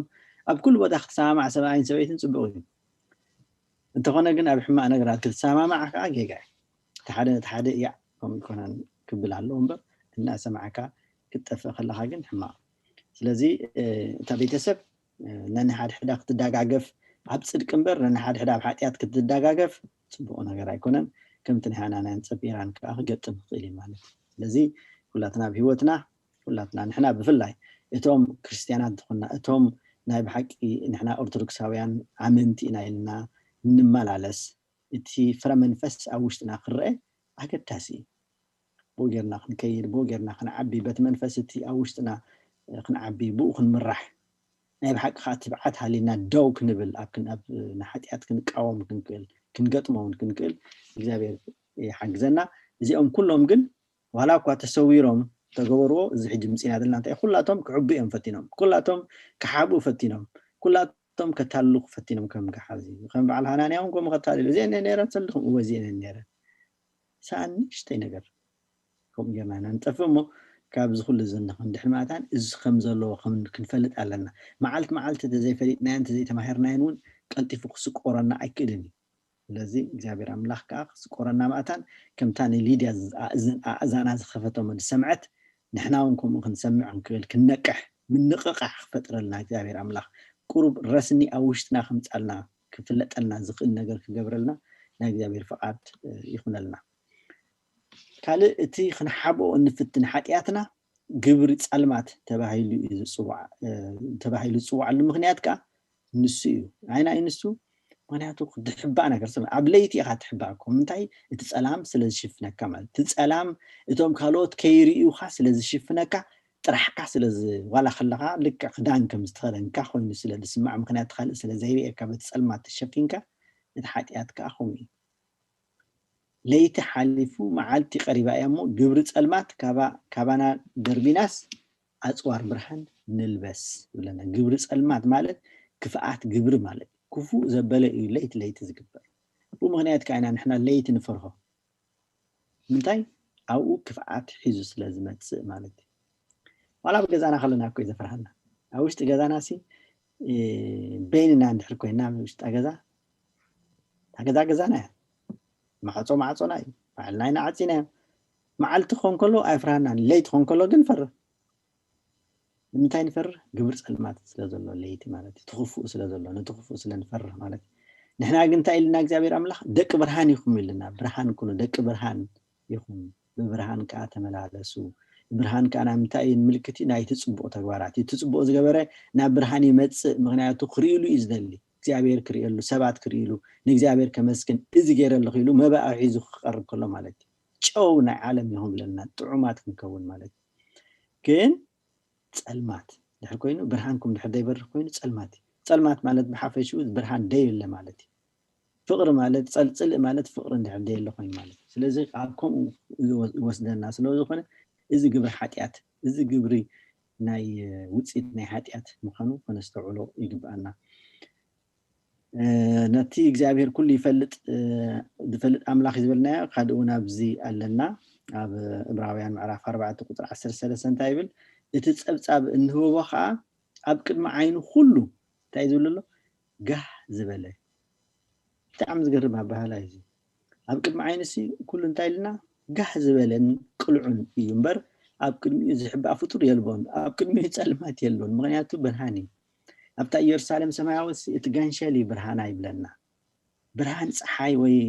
ከዋክብቲ ወይ ከዓ ሰብ ሰርሖ ኤሌክትሪሲቲ የለና ታይዳት እቲ ጋንሸል ባዕሉ ብርሃና ይብለና ምክንያቱ ባሕ ቧዕ ዝበለ ማለት በቃ ቧዕ ዝበለ ንብሎ ብትግርኛ እዚ እንታይ እዩ ኣብኡ ጸልማት ዘየለ ማለት ቅልዑን ግሁድን ኣብ ቅድሚኡ ከዓ ዝሕባእ ፍጡር የልቦን የለን ክንሕባእ ስለዘይንኽእል ኢና ሓጢኣት ፍንፉን ክፉእ ምዃኑ ከነስተውዕለሉ ብንስሓ ክምለስ ማእታኒ እታ ዝደቐተት ሓጢኣት እስካብቲ ዝለዓለ ሓጢኣት ኩሉ ከምኡ ጌሩ ከጥፋኣና ስለዝኽእል ማለት እዩ ክርስቶስን ፍጹም ኣምላኽ ስለዝኾነ ኩሉ ይፈልጥ እዩ ኢየሱስ ግና ኣብ ሰብ ዘሎ ባዕሉ ይፈልጥ ስለዝነበረ ሓደ እኳ ብናይ ሰብ ክምስክረሉ ኣየድልን ንኩሎም ይፈልጦም ነበረ እሞ ኣይኣመኖምን ኢሉ ከዓ ናይ ክርስቶስን የእትወልና ኣለሉ እዚ ምክንያቱ ክርስቶስ ልክዕ ንሕና እቲ መለኮታውነት ናይ ክርስቶስ ስለንኣምን ማለት እዩ መለኮት ሓድሮ ምዃኑ ፍጹም ሰብ ፍጹም ኣምላኽ ከም ዝኾነ ስለንኣምን ምክንያቱ ካልኦት ሰባት ኣለው ክርስቲያናት ዘይኮኑ ንክርስቶስ ኣምላኽ ናይ ክርስቶስ ኣምላኽነት ዘይቅበሉ ማለት እዩ ስለውን ፍጹም ኣምላኽ ምዃኑን እግረ መንገድና ንክንፈልጦ ማለት እዩ ኣብቲ ምስጢረ ስላሴ ተማሂርናዮ ክንከውን ተስፋ ገብር ወይ ከዓ ክንዝክሮ ንኸውን ማለት እዩ እግዚአብሔር ይፈልጥ ኢልና እንደገና ከዓ ንኩሉ ከዓ እንታይ ይገብር ይርኢ ኣብዚ እውን ተወሳኺ ጥቕስታት ኢና ንጠቅስ ዘለና ኣብቲ መፅሓፍ ከም ዘሎ ንስኻ ኢሉ ንነፍሲ ወከፍ ከከም መገዶም ከከም ፍረ ግብሮምን ምእንቲ ክትህቦም ብምኽሪ ዓብዪ ብግብሪ ከዓ ስልጡን ኢኻ ዓይንትኻ ድማ ኣብ ኩለን መገድታት ደቂ ኣዳም ክፉታት እየን ኢሉ ኤርምያስ ዝፀሓፎ እዩ ምዕራፍ 32 ቁፅሪ 19 ስለዚ ኣብ ቅድሚ ኣምላኽ ዝሕባእ ነገር ከም ዘየለ ብኻልእ ኩርናዕ ክንሪኦ ከለና ፍልጠት ኢልና ሕጂ ከዓ ምርኣይ እንደገና ከዓ ዝምርምር ኣምላኽ እዩ ኢልናዮ ኣብዚ እውን درستي علتي كم تخال فونتي حازن دولة عرتا እግዚአብሔር እንታይ ኢልና ልብን ኩላሊትን ዝምርምር አምላኽ እዩ እግዚአብሔር ልብን ኩላሊትን ዝምርምር አምላኽ እዩ አታ ወደይ ሰሎሞን ላቀዳማይ ዜና ምዕራፍ 18:9 አታ ወደይ ሰሎሞን ድማ ነቲ አምላኽ አቦኻ ፍለጦ ብፍጹም ልብን ብፍታው ነፍስን ከአገልግሎ እግዚአብሔር ንኩሉ ልብታት ይመራምሮ ንኩሉ ምክር ሐሳባት ድማ ይፈልጦ እዩሞ انت دلخايوس كركبلكايو انت حدكايو غنا لزلعالم كدربيكا ايو حجتناي املاح ነገር بتعامي قلوتي صادق سبحان قال ينبر بلنا مال بذا قال زي اون كنبر خلات نحملاخ ነገር بتعامي በቃ ግልጽ ዝሆነ ነገር نحنا انا ውጤት እንብል ወይቃ ክንሸፋፍን ገለን ፍትን ማለት ስለዚህ እሱ ክንሸፋፍን ዘድሌና ደሎ ካንታ ትግብር ጸልማቲ ክንሽፍን እንደሊ ክንሓብ እንደሊ ክንፈርበት ሓደ ወገን ክንሕባርበት ሓደ ወገን ክንገብር እዚ ሁሉ ዘብለና ደሎ እንታይ ሓጢያትና ንሕደይብልና ክንግል ግልጽ ኣብ ቅድሚ ቀሪብና ንዕርሳት ሓሊና ኮይኑ ተርስሓትና ኣጽሪና ብግብረ ንስሓ ክንምለስ ንኽእልና ሞናኡ ንምድላዊው እቲ እግዚአብሔር ግን ሁሉ ዝምርምር ምዃኑ ከዓ ክንመሃሮ ስለዘለና ማለት ክርስቶስ ውን ልብን ኩላሊትን ዝምርምር አምላኽ ኢልና ኻና ክርስቶስ እንተሎ ንእትወለና ማእታን ፈሊና ኸይንሪኦ በዝብል ሓሳብ ኩሉ ሓጢያት ድማ መወዳእታ ዳይለና ክቕላዕ ክፍለጥ ክረአይ ክምርመሪ ገሊኡ እጅን ህለት ፀገማብዚ ገሊኡ ገና ኣብ ምድሪ ከለና ገሊኡ ድማ ኣብ ሰማያት ኣብ ቅድመ መንበር ፍርዲ ምስቆምና ክቕላዕ እዚ ሕጂ ቅድሚ ሕጁን ግሊጽና ነርና ኢና እንታይ ሳዕቤናት ካብ ዝብል ማለት እዩ ግን እንተጎነ ግን ኣብዚ እንታይና ትፍርድሲ ቅድሚ ብማትና ኣብ መሬት ንረኽቦን ድሕሪኡ ዘለውን ኢልና ኢና ንፈልጥ ዘለና ኣብዚ ቦታ ማለት ካብ ናይ ቅድሚ ሕጂ ቁሩብ ፍልይ ዝበለ ማለት ግን እቶም ነገራት እሳቶም እዮም ንኣብነት ሉቃስ 12 እንታይ ይብለና ግና ከስውር ዘይቅላዕ ሕቡኡን ዘይፍለጥ የልቦን ኢሉ ኣበየና ኣትሽዑ ሓጢያት ቃኤል ንኣብነት ቃኤልሲ ንሓው ኣቤል ምስ ቀተሎ ዋላ ሓደ ንእግዚአብሔር ዝነገሮ ሰብ የለን እግዚአብሔር ግን ፈሊጥዎ እዩ ቃኤል ከንታይ ብል ቅብዝበዝ ነይሩ ኢሉ ፈሪሁ ነይሩ ኢሉ ኣብቲ ናቱን ቀባሕባሕ ብል ነይሩ እንታይ ሓጢያት ስለ ዝገበረ ንሱ ከዓ እንታይ ኢልዎ እግዚአብሔር እንታይ ጌርካ ኢኻ ኢልዎ ድምፂ ደም ሓውኻ ካብ ምድሪ ናባይ ይጠራዕ ኣሎ ድምፂ ደም ሓውኻ ካብ ምድሪ ናባይ ይጠራዕ ኣሎ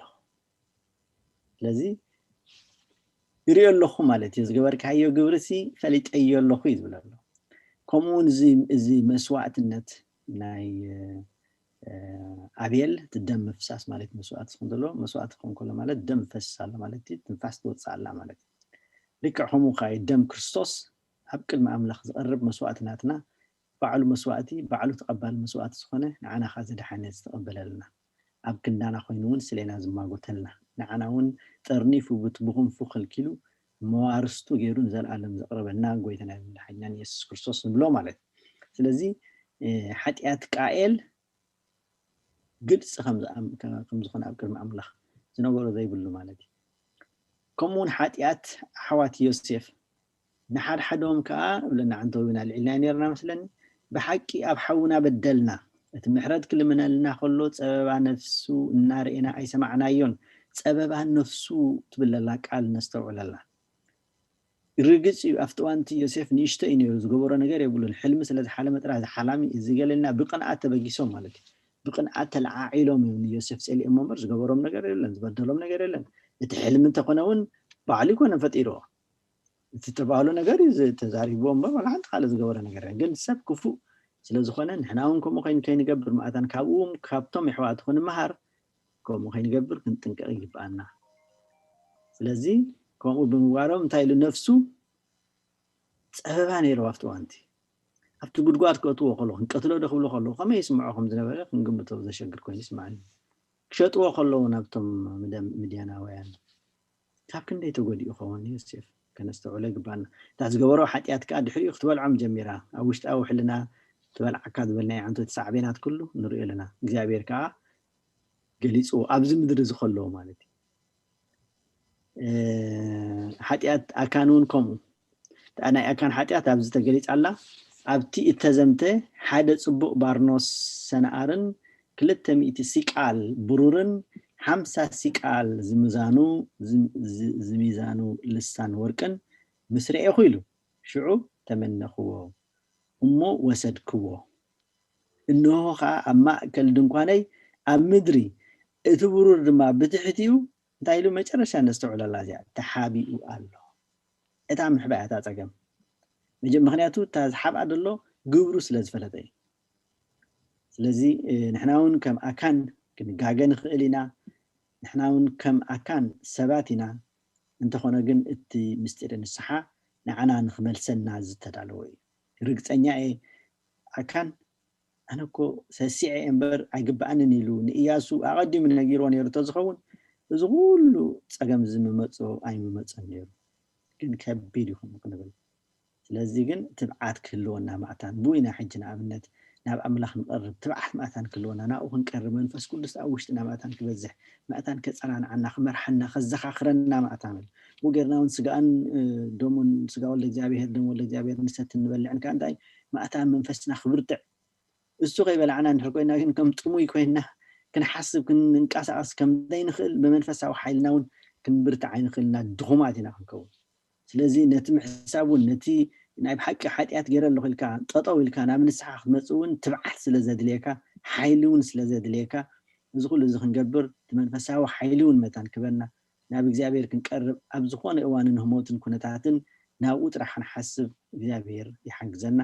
እዚ ትምህርቲ እዚ ከዓ ንዑ ክረድኣና ዝኽእል እሞ ካብዚ ክንጥቀም እግዚኣብሔር ኣምላኽ ናቱ ሓሳብ ፈቃድን ይኹነልና ሓጢኣት ኣከኣብ ከዓ ኣሎ ካልኣይ ቀዳማይ ነገስ ምዕራፍ 21 ቁፅሪ 20 ተርእናዮ ኣከኣብ ከዓ ንኤልያስ እንታይ ኢሉ ኣታ ፀላእየ ይረኺብካ ነዶ በሎ ይብለና ዝገበሮ ሓጢኣት ስለ ዘለዎ እዩ ኣብቲ ናይ ነገስ ምዕራፍ 21 ተርእኹሞ ኣብኡ ክትርእይዎ ትኽእሉ ንሱ ድማ በለ ኣብ ቅድሚ እግዚኣብሔር ክፉእ ክትገብር ስለ ተሸጥካ እወ ረኺበካ ኢልዎ ከዓ ኣከኣብ ኤልያስ ሽዑ ንኣከኣብ ክንሳሕ ክእል ነይሩ ከመይ ገይሩ ደም ናይቲ ዝቆተሎ ብሰንኪ ሰበይቲ ገይሩ ይፈልጥ እዩ ስለዚ ኣታ እተሸጥካ ኢልዎ እታ ሽግር ከዓ ረኺብዋ ብኣጌርካ ጠፊኡ ማለት እዩ ካልእ እውን ኣለና ንኣብነት ሕጂ ዝግለፅ ዘሎ ማለት እቲ ሓጢኣታት እዩ ሓጢኣት ቤልሻፅር ኣብ ዳንኤል 5 ካብ ቁፅሪ 2:27 ክንሪኦ ንኽእልና እቲ ቁፅሪ 2 ቅድም ኣቢለ ፅሒፈ ኣለኹ ምክንያቱ ማእታን ክትበርሃልኩም እታ ካልኣይቲ ሃይፈን ገይረላ ዘለኹ ኣብኡ እያ ደላ ተቐዳመይቲ ፀገም ናይ ሓጢኣት ቤልሻፅር እንታይ እዩ ነይሩ ቤልሻፅር ሰኺሩ ንጉስን መኳንንትን ኣንስቱን ዕቁባቱን ብኡ ምእንቲ ክሰትዩ ኢማጅን መኳንንቱ ኣንስቱ ዕቁባቱ ማለት ደን ካልእ ኤክሰስ ማለት ውሽማታቱ ማለት እዩ ብኡ ምእንቲ ክሰትዩ ነቲ ኣቦኡ ናቡከደነፆር ካብ መቅደስ ኢየሩሳሌም ዝወሰዱ ኣቕሑ ወርቅን ብሩርን ከምፅእዎ ኣዘዘ ነቲ ቅዱስ ዝኾነ ኣቑሑ ማለት እዩ ነቲ ቅዱስ ናይ እግዚኣብሔር ጥራሕ ዝገልገለሉ መሳርሒ ናይ ቤተ መቅደስ ኣምፅዎ እሞ ብኡ ጌርና ክንሰትይሉ ትዕቢት እዩ ኣምፅዎ ማለት እዩ ቅዱስ ማለት ፍሉይ ማለት እዩ እቲ ፍሉይ ዋንጫ ናይ ቤተ መቅደስ እቲ ፍሉይ መቐረብ መኣዲ ናይ ወልደ እግዚአብሔር ኣብ ቅድሚ ወይ ከዓ ኣብቲ እዋን መሰውእ ዝነበረ ናይ እግዚአብሔር ቅዱስ ኣቕሓ ቤልሻፅር እንታይ ገይሩ ምስ ሰኸረ ፀጊቡ እቲ ናቱ ኣቕሓ ኮይኑ ስለ ዘይተሰምዖ ንሱን ኩሎም ኣብኡ ደሎ ኣምፅኦ እስኪ እቲ ናይ ኣምላኽ ቃል እቲ ናይ ኣምላኽ ኣቑሑ ብኡ ጌርና ክንሰቲ ኢሉ ትዕቢት ገይሩ በቲ ሓጢኣት እቲ ከዓ ሸዓን እንታይ ከም ዝረኸቦ ንፈልጥ ኢና ኣብቲ ትሕቲ እንታይ ኢልዎ ሽዑ ትርጓሚኡ ድማ መኔ ኣምላኽ ንመንግስትኻ ቆፅሮን ጠረሶን ተቄል መኔ ተቄል ማለት ብሚዛን ተመዚንካ ቀሊልካ ተረኺብካ ኡፋርሲን ስለዚ እንታይ እንተን ሰለስተ መኔ ተቀል ኡፋርሲን ማለት መንግስትኻ ተመቂላ ንሰብ ሜዶንን ፋርስን ተዋህበት ማለት እዩ ሸዓን ማለት ኢንስታንት ሱን ቅድሚ ሕጂ ነጊርና ኣልዒልና ነርና ሽዑን ከምቶም ሰጲራን ኣናንያን ሸዓን ዝሞቱ ማለት እዩ ከምታ ሚርያም ምስ ንዮሴፍ በኒ ሙሴ ዝቐነአት ሸዓን ትነፅ እቲ እንታይ ይበሃል እቲ ይቕሬታት ሕማም ዝሓዛ ማለት እዩ ብላክ ገይሩ ማይ እንደ ይቕሬታ ስለዚ መኒ ተቀል ወፋርሲን መንግስትኻ ተመቂላ ንሰብ ሜሮንን ፋርስን ተዋህበት ማለት ኢሉ ሸንሽዑን ከም ተደርበየ ንርኢ ማለት እዩ ሓጢአት አይሁድ ኩሎም ህዝቢ ከዓ ደሙ አባናን ኣብ ደቅናን ይኹን ኢሎም መለስሉ ድሕቆም ከዓ ረኺቦማ ከዓ የምስዑ ቶም ሽዑ ዝነበሩ ትውልዲ ኣብ መጽሓፍ ቅዱስ ዘይተጠቕሰለና ታሪክ ካብ መጽሓፍ ቅዱስ ውፅኢልካ ማለት እዩ እንታይ ይብል ኣብ 70 ዓመተ ምህረት ኣብ 33 ዓመተ ምህረት ዜሮ ማለት ሕጂ ንርኢ ዜሮ ተወልደሉ ክርስቶስ እዩ 30 ዓመት ከሎ ተጠሚቑ ኣብ ዮርዳኖስ ኣገልግሎት ዝጀመረሉ እዩ 3 ዓመትን 3 ወርሕን ከዓ ኣገልጊሉ ድሕሪኡ ከዓ ከም ተሰቕለ ኢና ንፈልጥ ኦኬ ስለዚ እሱ ምስ ተሰቕለ ድሕሪ 40 ዓመት ኣቢሉ ማለት እዩ እዚ ትውልድ እዚ ኣይሓልፍኒ ኢልና እዩ ንኢየሩሳሌም በኸየላውን እብለና እዩ ብ7 ዓመተ ምህረት እስራኤላውያን አንጻር ሮማውያን ስለ ዝዓመፁ ወይ ከዓ ንሱ ብትናቶም ግዝኣት ስለ ዝበርትዖም ካብ ሮማውያን ነፃ ክንወፂና ብዝብል ሓሳብ እንታይ ገይሮም አንጻር ሮማውያን ተቃሊሶም ብሙሉኦም ከኣፍቲ ቤተ መቅደስ ኣፍቲ ዓቢ ቤተ መቅደስ ሄሮድስ ዝሰርሖ ኣብኡ ተኣኪቦም ማለት እዩ ብጣዕሚ ዘስደምም ዘሰክሕ ዓይነት ህልቂት ከዓ ተፈፂሙ እዩ ኣብ ታሪክ ናይ ቤተክርስትያን ተገሊፁ ዝርከብ እዩ ዋላ ናይ ቤተክርስትያን ጥራሕ ዘይኮነ ዋላ ኣብ ካልእ ታሪክን ተፃሒፉሎ ኣብ ሂስትሪ ብዙሕ ሰብ መይቱ እግዚኣብሔር ኣብኡ ክመፅእ ኢሎም ተስፋ ዝገበሩሉ ሓሶት ዝኾነ ተስፋ ዋላ ሓንቲ ነገር ኣይረኽቡን ጠፊኦም ከዓ እዚ ከዓ እዩ እቲ ደም ኣባናን ኣብ ደቅና ዝበሉ ኣብኡ ተራእዩ እዮም ዝበሃል ሽዑ ጀሚሮም 7 ዓመተ ምህረት ፋሕ ምስ በሉ ብ7 ዓመተ ምህረት ከዓ ናብ ሙሉእ ዓለም ተዘሪኦም ፋሕ ምስ በሉ ኣይሁድ ድሕሪ 1000 ዳርጋ 2000 ዓመት ፀኒሖም ብ1948 እዛ ሃገር እስራኤል ትብለላ ዝመስረቱ ማለት እዩ ድሕሪ 1900 ዓመታት ካብ ዘለዎ ኩሉ ብክንፊ ኣሙራኽ መልሰካ ዝበሎ በዚ ናይ ሕጅረሎ ኣይሮፕላን ማለት እዩ ተመሊሶም ዓዶም ሃኒፆም ኣብ ዓለምና እታ እንኮ ዝኾነት ሃገር ብሃይማኖት ዝተመስረተት ሃገር እስራኤል ትበሃል መስሪቶም ማለት እዩ አንጻር ኩሉ ተቃውምቶም ማለት እዩ ምክንያቱ እግዚኣብሔር ኣይረስዖምን ሳቶም ከዓ እናተነስሑ ስለ ዝመፁ ማለት እዩ ኩሉ ሰብ እስራኤላውያን ዝመፅረሉ ዓመት ፋሲካ ኣብ ኢየሩሳሌም ከነኽብር ኢና እንዳበሉ እዮም 1900 ዓመት ኣይረስዕዎን እቲ ሃይማኖቶም ቋንቋኦምን ኣይረስዑን ንሕና ንኣብነት ድሕሪ ከም ህዝቢ ሲ ኣብዚ መፂና ኣለና ኣብዚ ኣሜሪካ ዘለና ዳርጋ ኩላትና ቀዳማይ ትውልድ እውን ከይሓለፈ ከሎ ዳርጋ ነቲ ትግርኛ ረሲዕናስ ነቲ ባህልና ጨሪሱ ተረሲዑ ማለት ነቲ ትግርኛ እውን ተረሲዑስ እንታይ ከም ዝኾና ዘይንኣምን ካበይ ምፃና ዘይንፈልጥ ትውልድ ክንፈጥር ኢና ማለት ድሕሪ 2-3 ተወለዱ ኣብዚ ቀዳማይ ወለዱ ከም ዝኻብ ኮና ማለት ንሳቶም ግን ዳርጋ ን2000 ዓመት ኣጥፍእዎን በዚ ከዓ እግዚኣብሔር ቆፂሩሎም ናብ ዓዶም መሊስዎም ንምንታይ ኣብዚ ምፅአ ዘለኹ እቲ 7 ዓመት ዝመፀ ህልቂት ካብቲ ባዕሎም ዘምፅዎ ፀገም ዝተበገሰ ምዃኑ ክንርዳእ ንኽእል ኢና ብዝብል ማለት እዩ እዚ ሓጢአት ኣይሁድ ኣባና ይውረድ በልዎ ማለት እዩ ኣብቲ ፍርዲ ኣምላኽ ንምቕፃል ክሳብ ሕጂ እግዚኣብሔር ፈላጥ ምዃኑ እግዚኣብሔር ከም ዝምርምር እግዚኣብሔር ከዓ እቲ ዘምፆ ሳዕቤናት ገሊኡ ሽዑን ኣብ ምድሪ ክመፅእ ከሎ ገሊኡ ከዓ እናቆሽመደ ክሳብ ሰማያት ከም ዝበፅሕ ንዘለኣለም እውን ከም ዘጥፍኣና ኢና ክንርኢ ፀኒሕና ካብ ሕጂ ድማ ተወሳኺ ናይ ፍርዲ ኣምላኽ እንታይ ይመስል ድብል ኣሎ ክንርኢና ንሕጂ ግን ሰዓትና እውን ስለ ዝኣኽለት እስካብ 7 ፍርኣን I think ኣብዚኣ ጠጠው ከብለ ናብ ካልእ ርእቶን ሕቶን መልስን ወይ ካልእ ነቲ ዝተምሃርናዮ ከስፋሓልና ዝኽእል ንዝረሳዕኹ እንተልዩን ካብዞም ኣቦታትክን ካብ ካልኦት መብራህርህ ዘድልዩን ድሕሪ ኮይኑ ክብራርሁሉን ክውስኹሉን ኣብዚኣ ጠጠው ኣቢለ ኣለኹ እግዚአብሔር አምላክ ተመስገን ይሁን ወዲ ያለው ቃል ህይወት ይስማዓልና አሜን ቃል ህይወት ይስማዓልና አቡነ ዲያቆን ዶክተር ብርሃነ እቶም ነዛ አገልግሎት ብኩሉ መዳይ ኣብዛ ዘለኹም ኾንኩም በአንቃ አድዎ ተካታተልዎ ዘለኹም ከዓ ቅድስት ቤተ ክርስቲያን እሴተ ጻድቃን አስቤተ ህታን ተፈልኩም ትብላላ ስለዚህ ተወሰኸ ሐሳባት ርእይቶ ሕቶ ተዳሊና እቲ ግዜ ናይ ጉባኤ እዩ ናብ ጉባኤ ይሰጋገሩ ኣለኹ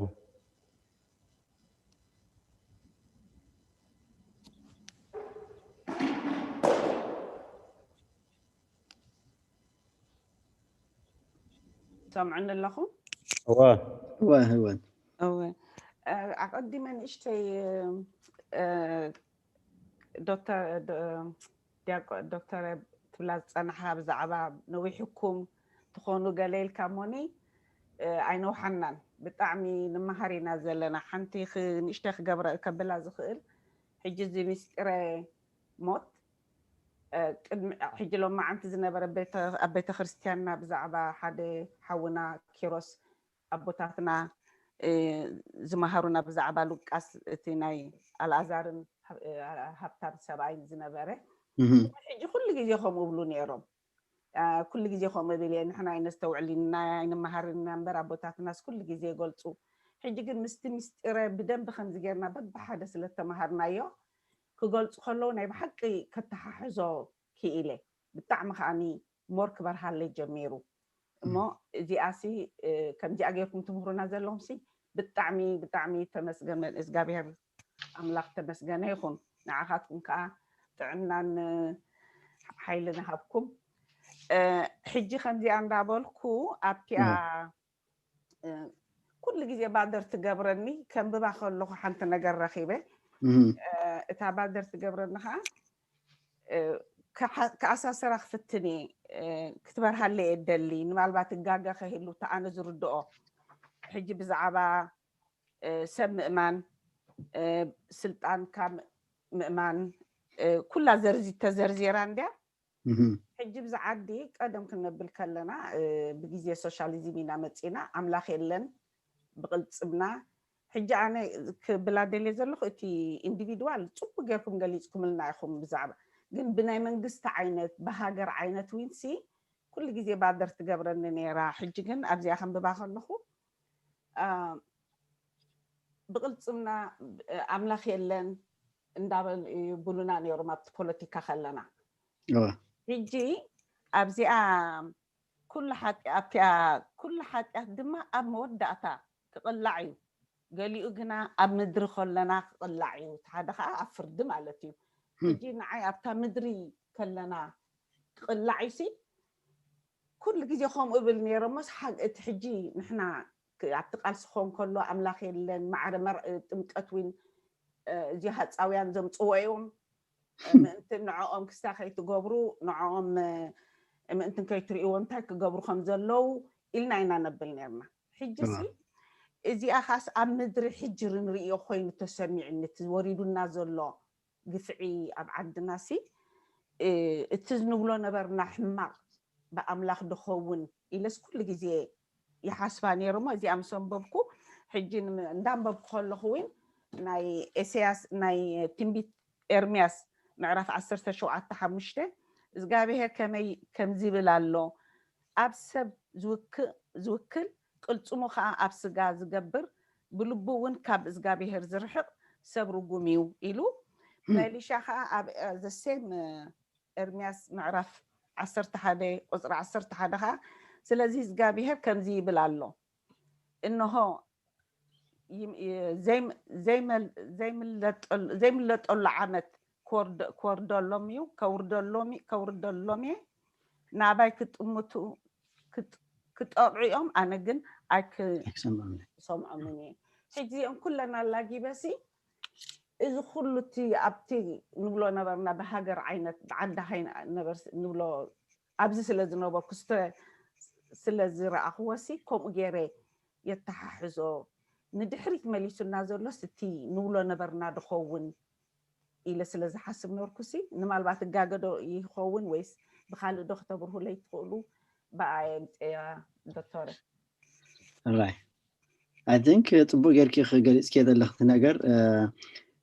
ناتمهرنا يا خنكيد كلنا منفس قدس كا بزق أنا عنتلون نبرحلنا إذ متس جي تحساس بنا تمنفس قدس تحساس بنا دلوخا عنتلو وانا ممحري نتنجر كأني قلت جبرلنا مالتي ولا كخمز إلنا تي عقابة نرخبة بتملسي نوشتناكو نتسولنا نانتل عقابة زمسالو مخنياتو مخلولا واهلو ناني دحري مالتي عين قلوننا عين شجرنينا مالتي يتيوم تقبح بحد بالله زبلناكو تقبح بحدكو بتعم حدقينا نلب خانتلو زسوري انزايتي لو تعدي ستريس دمس ዲፕሬሽን ደምጽ ነገራት ወለካ ከምዚ ኮይንልና ንሕና ነቲ ነገር ነቲ ምስላለናዮ ምስፈለጥናዮ ግን ይኳዳ ስልዩ ክንጽል ንኽእል ማለት እዩ ካብቲ ስትረስ ወጥወፂናሲ እግዚአብሔር አምላኽ ዝበደልናዮ ቀረበለና ስለ ሃገርናውን ንጽል ማለት እዩ ከም ናይ ነህምያ ጸሎት ኢየሩሳሌም ዓንያ ኢሉ ኣብ ናቡከደነፆር ቦታቲ ናይ ናቡከደነፆር ግዝኣት ኣብ ነበረሉ እዋን ናብኡ ተማሪኾም ምስከዱ ነህምያ ኣዊ ነይሩ ኣብኡ ኮይኑ ኻይ ስለ ሃገሩ ይጽል ነይሩ ስለ እስራኤል ንሕና በዲልና ኢሉ ማለት ንሕና ካኹም ኢና ክንገብ ቤተክርስትያን እሱ ይስራሕ ስለ ዝበደሉ ኣሕዋትናን ስለ ዝበደሉ ኣቦታትናን ይቅሬታ ክንሓትት ንእግዚአብሔር አምላኽ ስሊኦምን ስለናን ኢልና ዕረፍ ንብል ሞት መዓቱ ቆረልና እቲ ዘምጾ ዝመጽእ ሽግር እንተለኹ ውሕደልና ኢና ወጥና ንሰጋገር ማለት ፈሪድና ጥራሕ ክንብል ኣይኮነሲ እቲ ነገር ምስተረዳእናዮ ናበይና ንኸይድ ኩሉ ሰዓት ንሕሪ ናብ አምላኽ ኢና ንጽጋዕ እስጢፋኖስ ክቀትልዎ ከለዎ እኮ ንዖም ክሃርሞም ወይ ከዓ ስሊኦም ሕማቅ ዘይፈለጠ እኮ እቲ ናቶም እቲ ናይ መንፈስ ቅዱስ ምልኣት እኮ ይኹም ገይሮ ንሕና ካኹም ኢና ንገብር ምስተረዳእና እቲ ነገር ስለ ሃገርና ንጽሊ ጽላኣት ኣይኮነን ዝሓድረና ነቲ ክፉእ ኣብኡ ዝሰርሕ ዘሎ እዚ ክፉእ ይኹም ዝገብር ዘሎ ንዑ ምሕረት የውርደሉ ነቲ ሃገር ከዓ ምሕረት ኣውርደልና ኢልና ከዓ ጸሎት ክንገብር ንዳፋፍእ ልብና ናብኡ ገጽ ይቀንዕ ማለት እዩ በርኬውን ትዋና ነገሩ እግዚአብሔር ንኹሉ ዝፈልጥ ግን በብልብና ገይሩ ክገልጸልና ከሎ ከዓ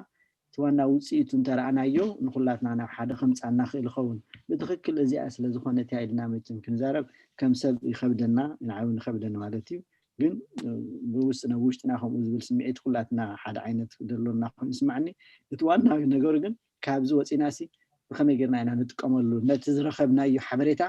ብኸመይ ጌርና ንጥቀመሉ ዝብል ዘሎ እዩ ቀንዲ ወሳኒ እዩ እዚ ከዓ ናብቲ ሃገር ምሕረት ንኽነምጽእ ሰላም ንኽነውርድ ኢልና ክንሓስብ ከለና በቲ ጥዑይ መገዲ ንጓዓዝ ከም ዘለና ብኡ ጌርና ገምጋም ክነምጽእ ናብኡ ገጽና ንኸይድ ከም ዘለና ንሓደ ንኹላትና ጠሚሩ ናብቲ ጽቡቕን ናብቲ እግዚአብሔር ዝፈትዎ መገዲ ከም ዝኾነ ክነስተውዕል ንኽእል ምናልባት እዞም ኣቦታት ከዓ ቃል ፍልይ ዝበለ ርእይቶ ተሊኩም ከዓ ወይ ካልኦት ናባኻትኩም ቴንክ ዩ ዶክተር ቃል ህይወት የስማዕልና ጽቡቅ ጌርካ ገሊጽካ አሜን ثانك يو دكتور طبوق يركا خامليس كا حيوتي ونطبوق يركا قريبكيا اتي زتجبر حاتيات مچم كل غزي دق سبات كا حاتيات مغبار عدينو وعلنينا تتصقم زي لحنا زي من السحنا ايو يكون جن تاريخنا بحر كلنا نريو نسمع انت لينا حيوتي نحد ناسي يعتبر لنا سبعتنا منازمنا تكون دحرنا زمنا تكون كندي نصحات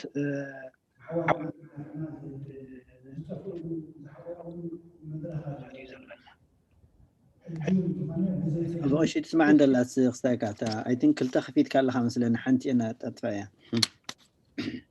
كلتا خفيت الله هو تدمت خاص رح أمونغو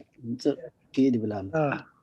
لو حيج قتل سكي حجرت عيش هو رأيتي هوتنا تاريخنا عن طريقنا يا سني كنا نحدنا خندي نصحاتن كندي عشالاتن قدمي نصانه تكون زفانا له دحر نصانه من كساب حج انت تاريخيو خندي عشالات فقدو غدا غدي طفي املو زلو حقيقه املو زلو مخا دنغاصون زين زي حضرنا زلو مدرخينا زلنا تيناي نهميا كم زرع خيو دكتور منتقسا نهميا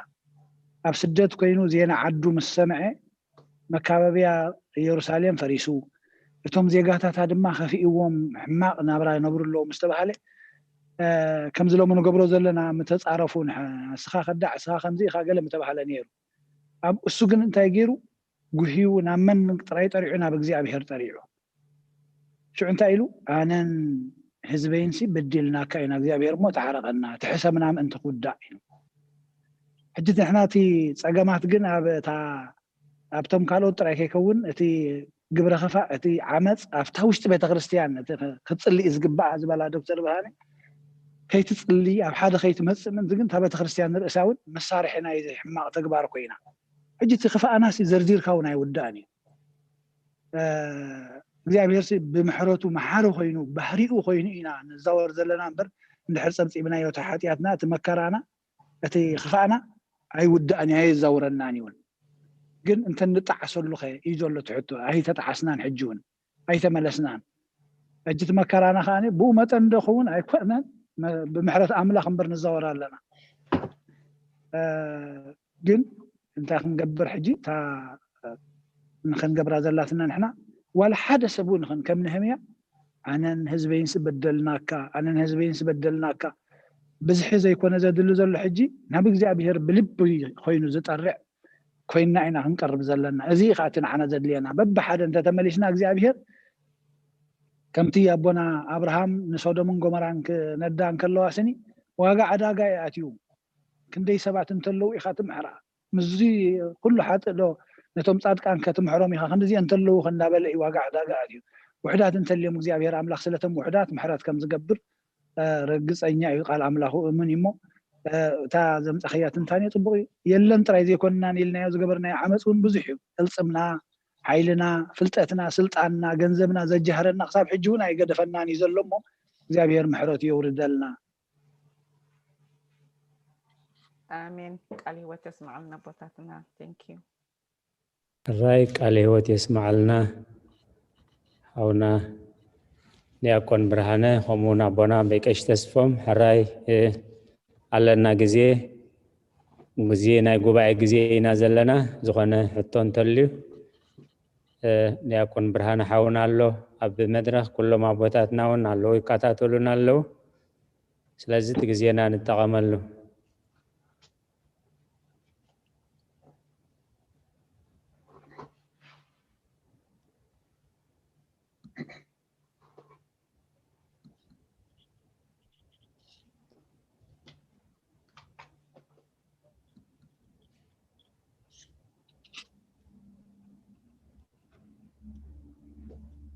ቀጥታ በድምጽ ንሓትት ንኽእልና እዚኦም ናይ ቴክኒክ ምሳና ካታተሉና ስለዘለው ብቴክስት ከምኡውን ከምቲ ቤት ምልክት ናይ ኣዳው ብዝቐረበና ጌርና ንሓትት ንኽእልና ኣነ ብቐጥታ እንደዘይረኣኽዎ ከዓ እቶም ስድራና ክርእይዎ ክእሉ እዮም እቲ ግዜና ንጠቐመሉ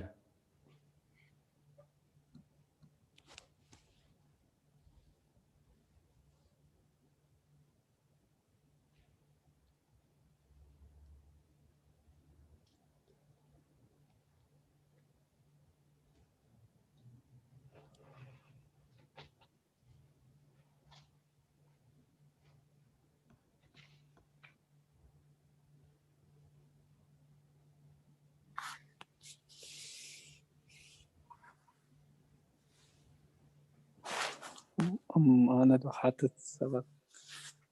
أنت زي اليوم هراي بجد هراي صبوت مرتي دياكون دكتور برهانة إسرائيليان سي دارجان خلتش عامت كاب إسرائيل وضعي خنبرو خلو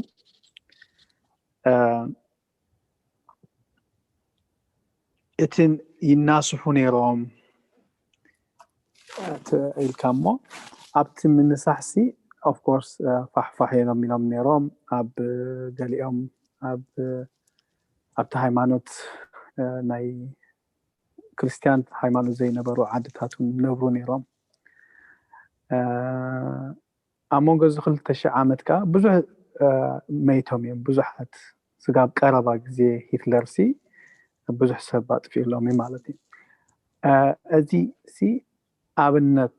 كم زي حجي نريو زلنا بتخبابنا سب موت تف نزاقا سوسة عمتي أي قارص أن سب كموت يتم محصارن من واحد مملاسنا بمريتنا وينا بسلام ناسي ببزح سب أيكونان يلو بوشيما نمنتايد آخر نزيق زي وصير لهم نهميا كنا صح انت اش مخبر كلس ايتي بزع عامت زو سدي مثلا تغاغين تخوينا خالمون ما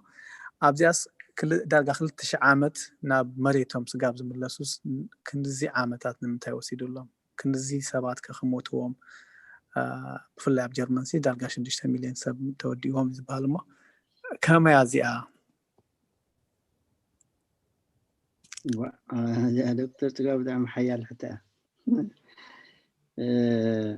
برقص زياتهم داو بعلو እግዚአብሔር አምላኽ ናብ ብታ ሰሎሞን ዝሃነፃ ቤተ መቅደስ መፂኹም ድሕር ፀሊኹም ሓጢኣትኩም ኩሉ ክሕደገልኩም እዩ ኢልዎም ብዙሕ ተስፋታት ነይርዎም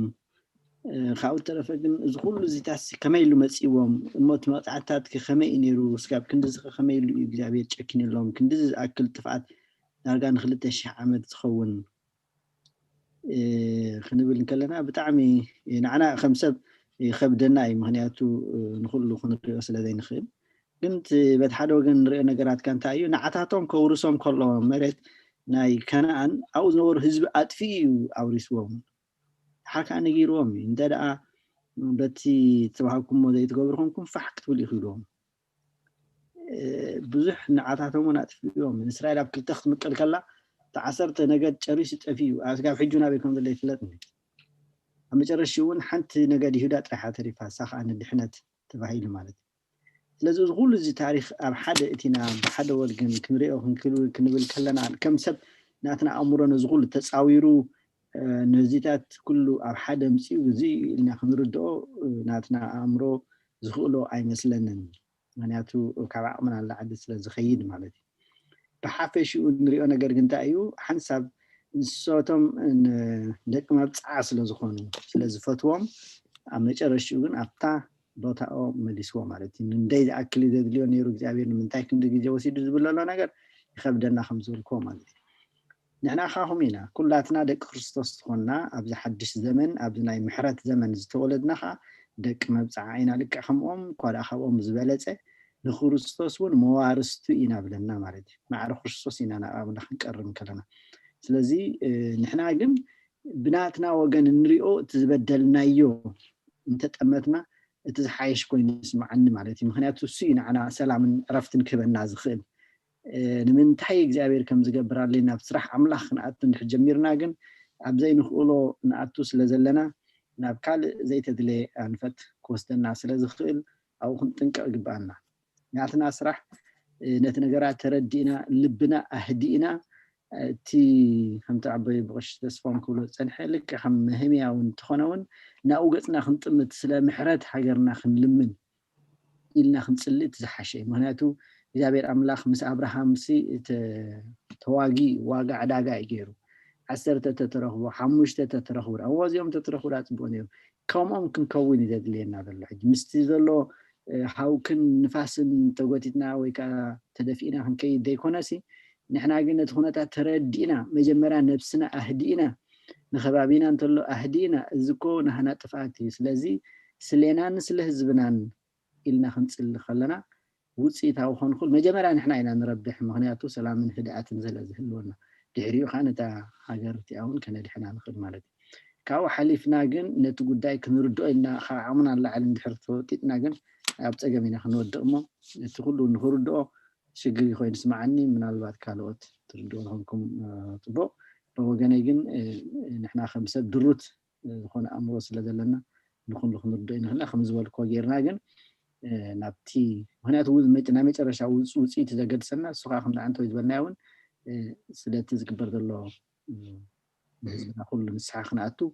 ናይ ብሓቂ ነቲ ክፉእ ክርሕቐልና ኢልና ኣብ ሓደ ፀሎት ክንወፅእ ውፅኢታዊ ዝኾነ ፀሎት ክኸውን ይኽእል እዩ ዝብል እምነት እዩ ዘለኒ ብሓፈሽኡ ከምዚ ገይረ ክመልስ ክእል ማለት እዩ ዶክተር ፅጋቡ ቃል ወይ ተስማዓልና ዲያጎን ኣነ እኳ ብምንታይ ርአዮ ነቲ ናብ ፀሎት ንክንምለስ ትምህርና ዘለኹም ዝኩሉ ሲ ከም ሰባት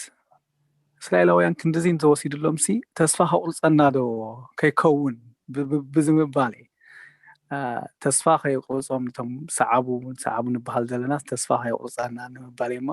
ይቀኒለይ ግን ኣብታ ኣባኸላ ናብ ካልእ ምስጋርና እንድሕር ናይ ነህምያ እንድሕር ሪኢኻ ኢኻ ብጣዕሚ ሓፃር እያ ነይራኩ ነህምያ ሲ ምስ ፈለጠ ዳሃይ እኮ ይሰሚዑ ከመይ ላ ኢየሩሳሌም ገለ ኢሎሞ ኢሉ እኮ ሓቲቱ እሱ ናብኡ ምስ ተሰደደ ከመይ ላ ኢየሩሳሌም ምስ ተበሎም ኢየሩሳሌም ዳዓንያ ነዲዳ ገለተ ሕጂ ጉሂዩ በቃ ነህምያ ማለት እዩ تقوهي خافتي تنقص استوعي له قص كاتلميت له انت خون كايلو نغيرو زي أو كبتعم حتى على ريخة زلازي سي كم كتحتر تخلي يا خولك عيلة مالتي زلازي نتنوح يطرح عليك وانا مرسنا تعطير وانت نخيلنا مالتي اوكي تسفى مقرات كنا اوشتي كريستنا اوشت عمل خيلا እግዚአብሔር كل زخيل بتاولو نفاس مجدد الله بتبحر سنتي وزحلف اوينا امنت تلش لزغودلنا اينا تسفى نقرصكو ابكر ما املاح ግን تسفى مقرات بحال ቦታ يبلو لك خم تسلمات برهان ديبلو تسفى مقرات ابكر ما املاح ቦታ يبلو بيريد زي انحر امينا الله ناي بحقي ان احنا ابزي مريت تخنبر حقوس تخونه نابرخ نحلف بتعامل نخيلنا ማለት ምክንያቱ تسفى مقرات زبل ነገር اب املاح يلن ቦታ يبلونكم زبل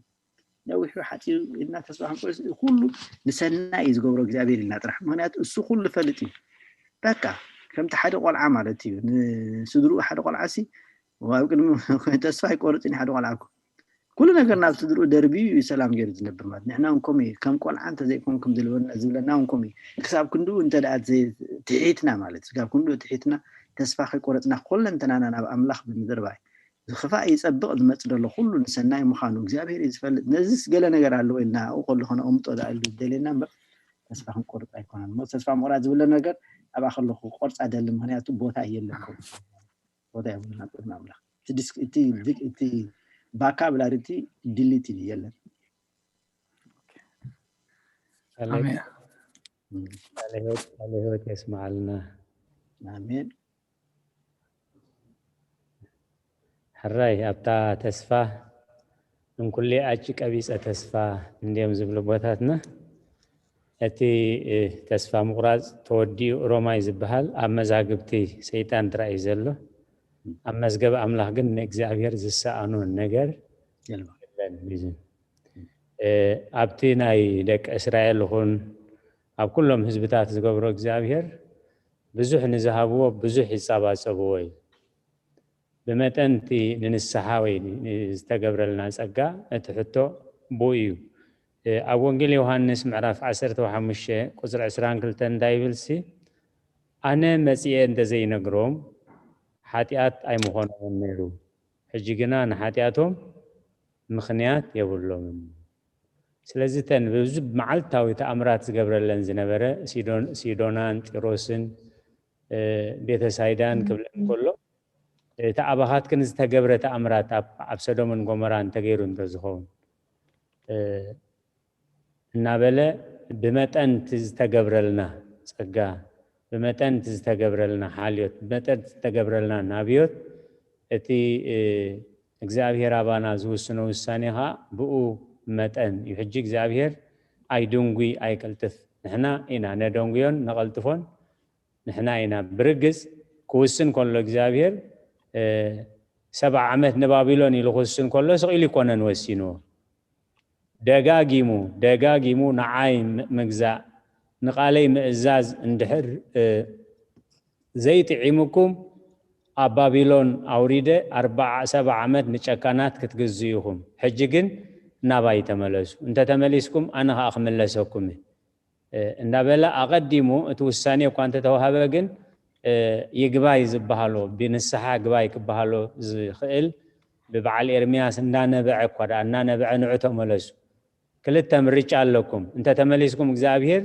ክድምስሰልኩም እዩ እንደዘይ ተመሊስኩም ግን ባቢሎን ከውርደኩም እዩ ስለዚህ ባቢሎን ምስ ወረዱ ግን እቲ 7 ዓመት ግድን ይኽመልእ ዘለዎ ማለት ምክንያቱ ቃል ኣምላኽ ኣይልወጥን እዩ መሃለ እግዚአብሔር ወኢይህሱ ይብል ማለት ስለዚህ ዋላቶም ነቢያት ሓሰቱን ኣብ ባቢሎን ምስ ወረዱ ድሕሪ ዓመት ድሕሪ 2 ዓመት እግዚአብሔር ተራይና ሕጂ ክትምለሱ ኢኹም ድሕሪ ዓመት ክትምለሱ ኢኹም እንዳበሉ ባቢሎን ከይተረፉ ምስ ወረዱ ከይተረፉ የዳናግርዎም ነይሮም እዮም ስዑ ቃል እግዚአብሔር ናብ ኤርምያስ መፀ እዩ ዝብለና ወይን ትኸሉ ገዛውቲ ስርሑ ኣብቲ ዘለኹም ቦታ ብዙሑ እምበር ኣይትውሓዱ ንደቅኹም ኣዋስቡ ኣብ 7 ዓመት ግን ክዝከረኩም እዩ ቅድሚ 7 ዓመት ክትመፁ ኢና ኢልኩም ግን ኣይትሕሰቡ ይብሎም ነይሩ እሞ እግዚአብሔር ትዝገብረልና ጸጋ ትዝገብረልና ጉዳይ ብኡ መጠን ከዓ ስለዚ ጻባጸብ እቲ ምንዋሕን ምሕፃርን ሕጂ እውን ኣብ ኢድና ዳ እምበር ኣብ ኢድ ኣምላኽ ከም ዘይኮነ ምክንያቱ ብፍጹም ልብኩም ተተመሊስኩም ኣነ ከዓ ክምለሰኩም እየ ፅሑፍ እዩ ማለት እዩ ተቓልካ ህያው እዩ ግን በቲ ንገብሮ ዘለና ክፍኣት ጥራይ ናብ ካልእ ከየሰጋገርና እቲ ንገብሮ ዘለና ክፍኣት ቅድሚ ሕጂውን ተሰሚዑን ተራእዩን ዘይፈልጥ ሓደ ሓው ንሓደ ሓው ክሸጦ ሓደ ሓው ንገዛእ ሓው ንገዛእ ፍንጫሕ መሰንገሉ ኩሊት ሓው ሸይጡ ክበልዕ ኩሊት ሓው ሸይጡ ዘበናውያን መካይን ገዚኡ ብኤውሮጳ ናብ ዝማዕበላን ሃገራት ክነብር ከምኡውን ንኣሕዋቱ ደቂ ኣንስትዮ 3-4 ግዜ ብሓንቲ ግዜ ክሽየጥ ኣብ ሲና ናብ ካልእ ናብ ዝኾነ ዝግበር ዘሎ ዓመፅ ከምቲ ዓንቶበይ ኣቦና እውን ዝበልዎ ኣነ ንህዝበይ በዲልናካ ኢና ኢልና ብሓቂ ሎሚ እንተዘይተነሲሕና ሎሚ እንተዘይተረዲእና ምናልባት ፅባሕ እውን ሳዕብየኑ ከቢድ ክኸውን ስለ ዝኽእል እዚ ብውልቅና እውን ከይተረፈ በታ ዝበፃሕናያ ኣነ ንህዝበይ በዲልናካ ኢና ኣብ ዓድና ዘይተገብረ ንሕና ዘይገበርናዮ ክፍኣት ንሕና ዘይገበርናዮ ዓመፅ ንሕና ዘይገበርናዮ ጥልመት የለን ማለት ሕጂ ካብኡ እዩ ዝጅምር ነዊሕ ዝገበረ እዩ ማለት እሞ እግዚኣብሔር ብዓይኑ ምሕረቱ ይጠምተና ኣብታ ናይ ተስፋ ምቑራፅ ዝበሃል ግን እታ ናይ መጨረሻ ሰይጣን ክገብራ ዝኽእል ኣብ ተስፋ ምቑራፅ ኣብፅሑ ከምታ ናይ ይሁዳ እዩ ስለዚ ሮማይ ዝበሃል ወይ ተወዲኡ ዝበሃል ኣብ መዛግብቲ ኣምላኽ የለን ኣብ መዛግብቲ ኣምላኽ ንዝኣምን ኩሉ ይከኣል ንኣምላኽ ኩሉ ይከኣሎ ዝብል ሮማይ ተወዲኡ ዝብል ኣብ መፅሓፍ ኣብ መዝገብ ዲያብሎስ ጥራይ ዝርከብ ሞ ፅቡቅ ጌርካ ስፊሕከያ ኣለኻ ክብል ኢለ ቀኒየለይ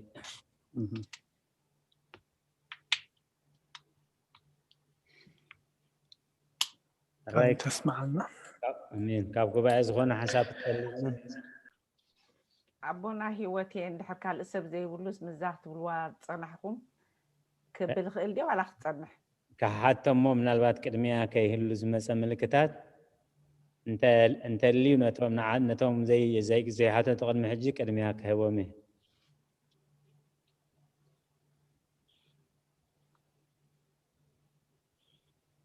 ዶክተር ወይ መምህር ተኽሉ ዝመፀኩም ሕቶታት ተሊ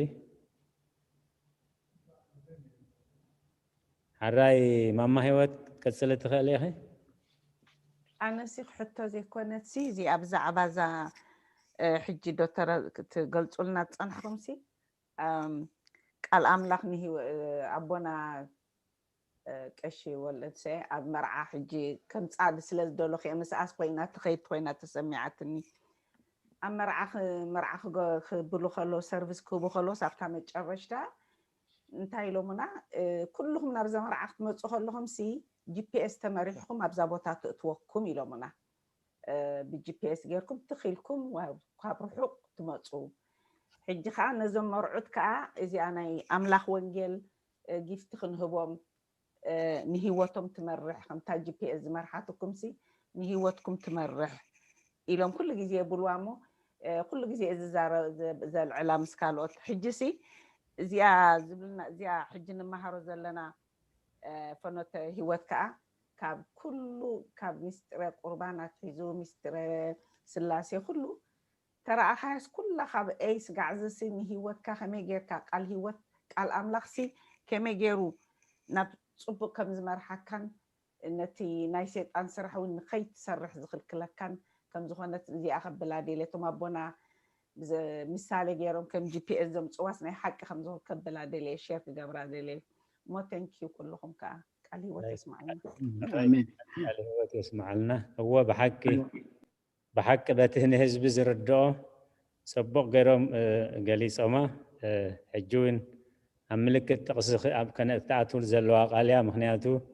ኣብ መዝሙር ዳዊት 119 ቁፅሪ 105 እንታይ ይብል ቃልካ ንእግረይ መብራህቲ ንመገደይ ከዓ ብርሃን ይብል እሞ ሓፂርን ህዝቢ ብዝርድኦን በቲ መዓልታዊ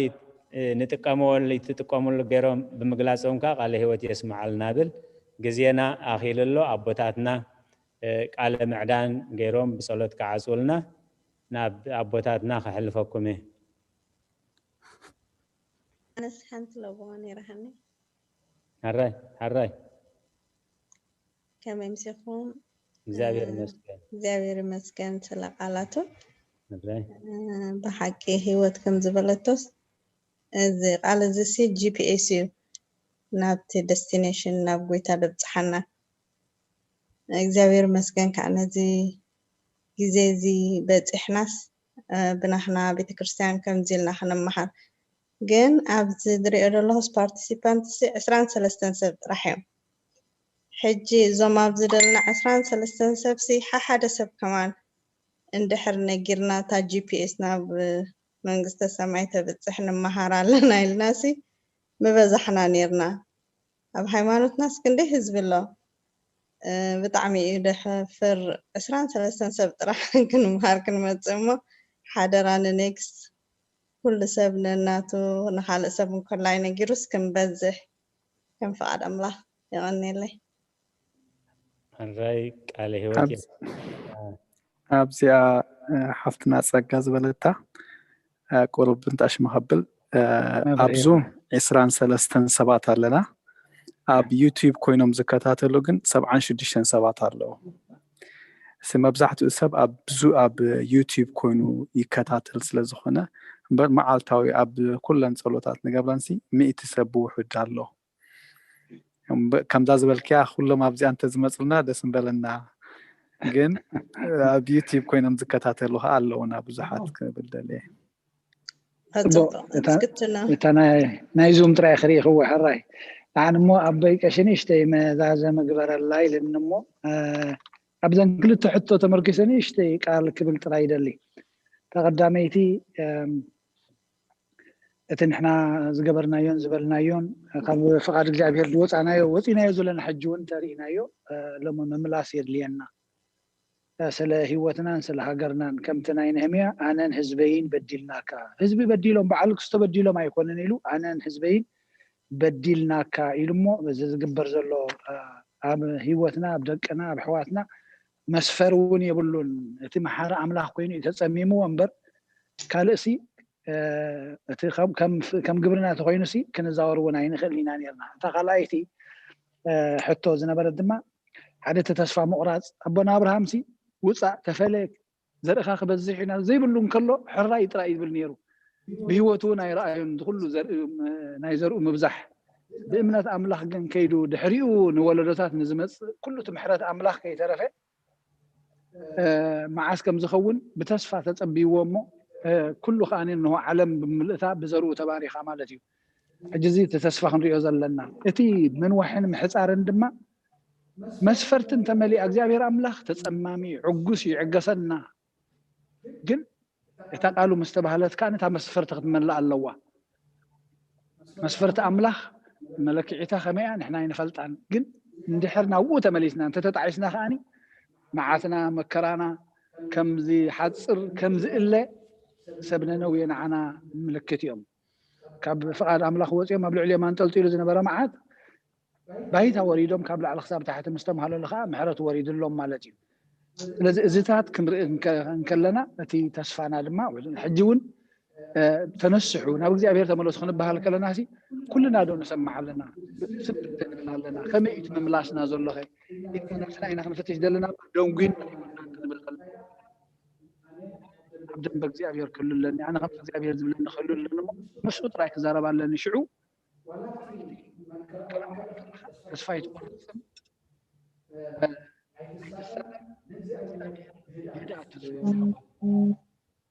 እዚኣታ ምስጢር ክትሕዛ ዘላስና ንንስሓ ድልዋት ክንከውን ኣብ ቅድሚ እግዚአብሔር ደው ኢልና ተለሚናያ ድማኒ أتسمعنا لها باش ፀሓይ ፅላሎም قالي انترفيرنس هلا ما تسمعنا لها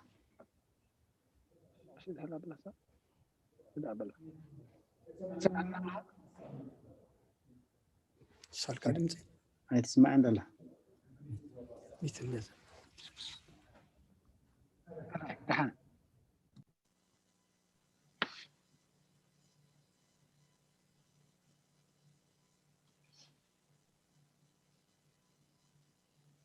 هراي يكون يرو مثلا حج الحيش هو مس እግዚአብሔር እንተሊ ኻስኒ ፀሓይ ጽላሎም ይግበረሎም መብላዘና ደታትን ካብ ቃል አምላኽ የተመሰረቱ እግዚአብሔር ግዜ ፀሓይ እታ ተውዒ እታ ተንድድ ፀሓይ ሲ ጽላል ትኾነካ ኸውል ትኾነካ እዚ መዓስ ኣብ እግዚአብሔር እንተሊኻ ማለት እዩ ስለዚ ኣብ ግዜ ፈተናና ንሓና ከይነውሕ ከይሓፅር ንሕና ናብ እግዚአብሔር ክንጥምት እሱ ጥራይ ክገብር ከም ዝኽእል ምፍላጥ ከድልየና እዩ እዚ ትውሕዳት ኮይና ናብ እግዚአብሔር እንተዳ ኣብየት ኢልና ስኒ ከምቲ ንሓደ ነህምያ ዝሰምዖ ብግብሪ ዝተሰንየ ዝገበሮ ንሓና እውን ሰማዓና እዩ ሰማዕ አምላኽ እሞ እግዚአብሔር አምላኽ ተመስገነ ይኹን ስለቲ ኩሉ ቃላቱ ስለቲ ዝፀንሐና ግዜ ክብሪ ምስጋና ንዕኹን ኣባቀሽና ረኻ ግዜ ቅድሚያ ግን ቀረታ በቀሻይቲ ሶሪ ቀረታ እንዳበልና መላለስና ግን ዛ ፀጋ ዘለዓለት ሓሳብ ኩላትና ብዘለና እንተሎ ተማ ዩቲዩብ ዘለው ንዝመጽ ዘለዋን ሓደ ሰብ ክነግር ምክንያቱ እቲ ፖፑሌሽንና ብጣዕሚ ብዙሕ እዩ ክነግር ብተወሳኺ መፅሓፍቱን ክህልወና ኣብ ገዛና I think እሱ እንተ ነገርና ጽቡቕ መስለኒ ዝኣክል መፅሓፍቲ ኣለና ንኣብነት ምናልባት ወዲኹም ትኾንኩም ሓደ 500 ኮፒስ መፅሓፍቲ ኣሎ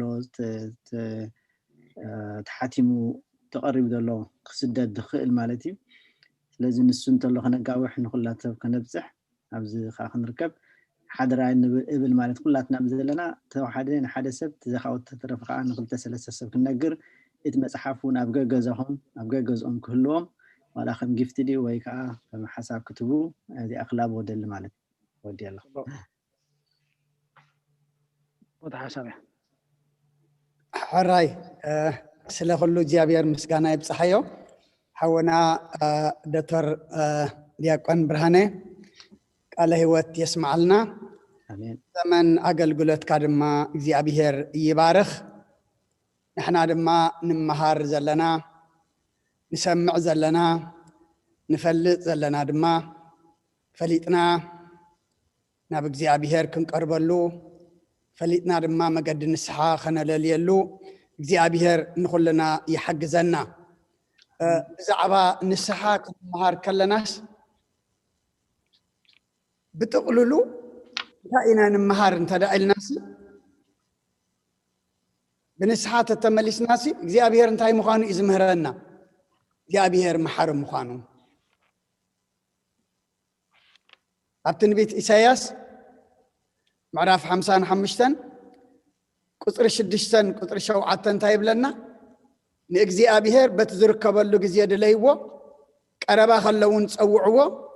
ረሲእ መገዱ ዓመፀኛ ከዓ ሓሳቡ ይሕደግ ናብ እግዚአብሔር ይመለስ ንሱ ከዓ ክምሕሮ እዩ ኣዝዩ እውን ይቕረ ይብል እዩ እሞ ናብ ኣምላኽና እውን ይመለስ ክብርን ምስጋናን ንኣምላኽና ይኹን ንእግዚአብሔር በቲ ዝርከበሉ ግዜ ድለይዎ ቀረባ ከለውን ፀውዕዎ እግዚአብሔር ርሑቕ ድዩ እግዚአብሔር ከዝሰኣነሉ ግዜ ኣሎ ድዩ እግዚአብሔር ኩሉ ግዜ እግዚአብሔር እዩ እግዚአብሔር ኩሉ ግዜ ድማ እንታይ እዩ ህያው እዩ ግን ሓቂ እዩ ንእግዚአብሔር ዘይንረኽበሉ ንእግዚአብሔር ዝርሕቐና መዓልቲ እውን ኣሎ ንእግዚአብሔር በቲ ዝርከበሉ ግዜ ድለይዎ ኣብ መቃብር ዘለዉ ንእግዚአብሔር ክደልይዎ ይኩልን እዮም ሕጂ ንሕና ግና ደሊና ንእግዚአብሔር ክንረኽቦ ንኽእል ኢና እግዚአብሔር ሕጂ ንዓና ቀረባ እዩ ጽባሕ ንግሆም መቃብር እንተኣቲና ግን እግዚአብሔር እንታይ እዩ ርሑቕ እዩ እሞ ብኣፍ ነቢይ ኢሳያስ ገሩ ረሲእ እንታይ ይኹን መገዱ ዓመፀኛ ከዓ ሓሳቡ ይሕደግ ናብ እግዚአብሔር ከ ይመለስ ምክንያቱ ሓዲገየ ኢሉ ኽልካ ኮፍ ዘይኮነ እንታይ ደኣ ናብ እግዚአብሔር ይመለስ እሞ ንስ ከዓ ክምሕሮ እዩ ኣዝዩ እውን ይቕረ ይብል እዩ እሞ ናብ ኣምላኽና እውን ይመለስ እምበር ንስሓ ናብ እግዚአብሔር ምምላስ እዩ ናብ እግዚአብሔር ተተመሊስካ ድማ እንታይ ኣሎ ምሕረት ኣሎ እሱ እውን ኣዝዩ ይቕረ ይብል እዩ ሳዕብየን ሓጢአት ንገረና ኣሎ እቲ ሳዕበን ሓጣት ድማ ኩልና እንገብሮ ኩልና ድማ ከም ዝሓጣና ፍሉጥ እዩ ግን ከ ረሲእ መገዱ ዓመፀኛ ከዓ ሓሳቡ ይሕደግ ናብ እግዚአብሔር ይመለስ እግዚአብሔር እውን ኣዝዩ ይቕረ ክብለሉ እዩ ግን ካብ ረሲእነትና ንምለስ ዓመፃና ንሓድግ ناب أملاك نملس እግዚአብሔርን ይቅረ ዝብለልና መዓሲን ተዳኢልና ሕጅበት ዝርከበሉ ግዜ ሕጅበት ቀረባ ከሎ ንዓና ሕጂ ንሕና ሕጂ ንእግዚአብሔር ክንረኽቦ ንኽእል ኢና እግዚአብሔርን ሕጂ እንተተመሊስና ቀረባ እዩ ጽባሕ ንግሆ ኣብ ዓራት ኣብ ሳንዱቅ ምስኣተና ግን ንእግዚአብሔር ክንረኽቦ ኣይንኽእልን ኢና እሞ ከምቲ ክንመሃሮ ዘለና ንእግዚአብሔር ድማ حجي ندليو كابرس إنتنا كابحما حسابنا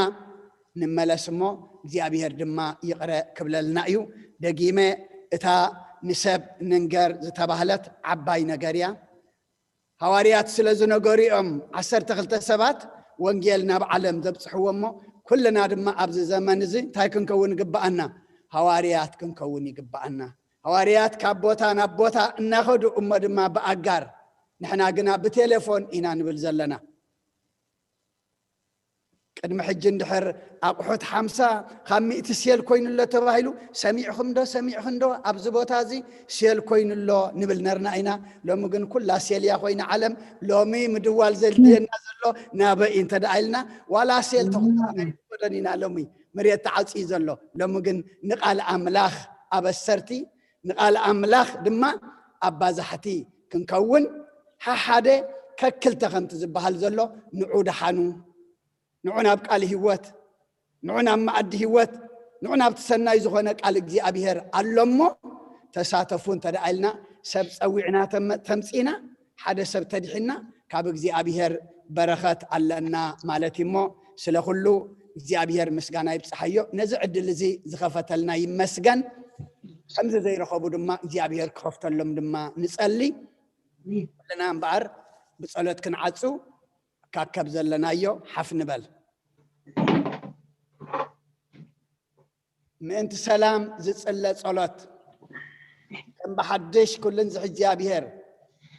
አበጎይታናን መድኃኒናን ኢየሱስ ክርስቶስ من انت سلام زحنت لكل زغنت قدس ቤተክርስቲያን ልምናለና አብለ ለህዝብን ምእመናንን ብዙሕ ሰላም ከብ ንኩሉ ሰላም ስልጣን ዘሎ እግዚአብሔር አምላኽና እዩ من ሰላም ጸልዩ أب سمايات تنبر أبونا سمكاي كدس من قصات تمسا فاد كانت أب سمايكم دمام دريخون علة تنجرانا لما هبنا إحنا نزبدلنا بدلهم كم زحدقنا لهم بدلنا أمسانا ندقلنا كاب فاد إحنا نمبر فتناي تأتونا من قصن حيلن كبر نزل عالمنا كأيما أمين أوزت يا مريم بنا قدس جبريل ملاك سلام لك له حلنا غد نقليخي استقاهون نقليخي أديجا يرز أبا السلام قويتا سراوي السلام لك له سخيكا وأن سمرختيخي فركر سخون برخيو وملت تسقى زيابير مساغيو وفستي دسبلكي حتياتنا نصر يلنا نفتو ودخي يسوس كريستوس من تانا محرت لمن لنا امين ونقول زيابير نلمنا كان مال كان لنا ونقول سلام هبنا كل كان اخام اوق زيابيرات لينا صقخا نفسلنا بجك كان نفلط بعد املاخ يبلنا قدسم كان سمن نصوعنا لنا اب سما يزول خان سخا سلام كابل نفس كلنا احضر ابز عالم زمن بارنا بسلام حلو كل ما راح تنسى سلطان اندما بقدس سمكا سلام هبهم ابزريانا نزولو من كان تعذاب كمخرهب ام اتاونا مصانا نزولو غراتنا بكل سلام حلوهم بودهم بقنعين وقت كنبرن كل سنه املخو دمانا اخاني እግዚአብሔር بنفرح بحياونت كنركبن بكريستوس مسؤن مس منفس قدسن مسغانان صنعت تنبو زلكا لمن كل ساعه نزل علم امين قدس እግዚአብሔር املاخنا سلازا ساعات زيان سلازا معلت زيان ابعد منا سلازهب كنا سلاز وسكنا نمسكنك نتا ذهب كنا معلت ساعات دما ابززلنا يخوينا بصلوات مسخات تزاريبنا دحر دما اسخاخ تزاربنا كنسمع سلازفقد كالنا كبرن مسغانان نعخا يخون ان سمعوا كل دما እግዚአብሔር املاخنا سمعنا ندحنات سمعنا نهوات سمعنا دما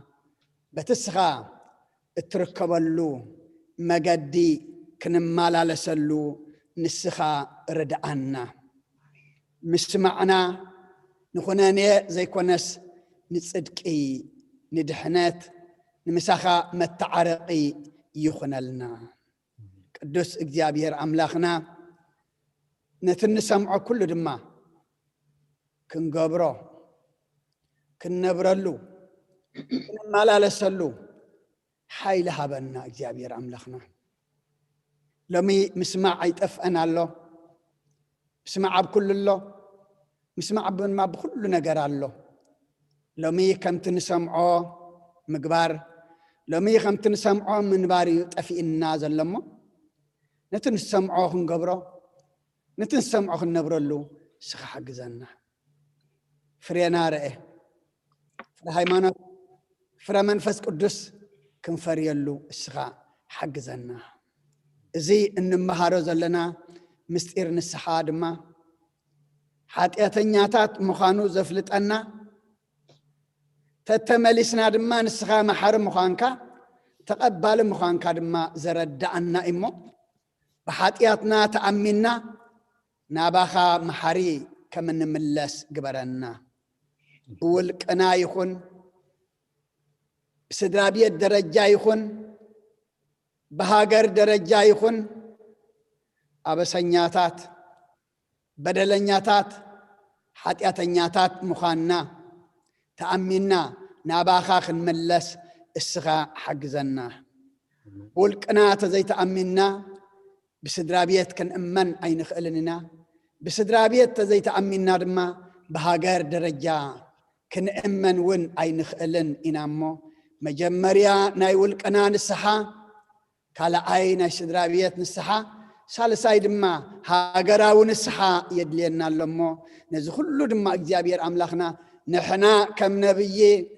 ነህምያ ኮይና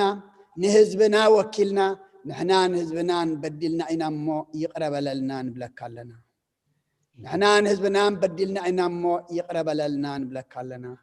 ንሕና ንህዝብና በዲልና ኢና እሞ ይቅረበለልና ንብለካ ኣለና ብናይ ኣዴና ቅድስት ድንግል ማርያም ኣማላድነት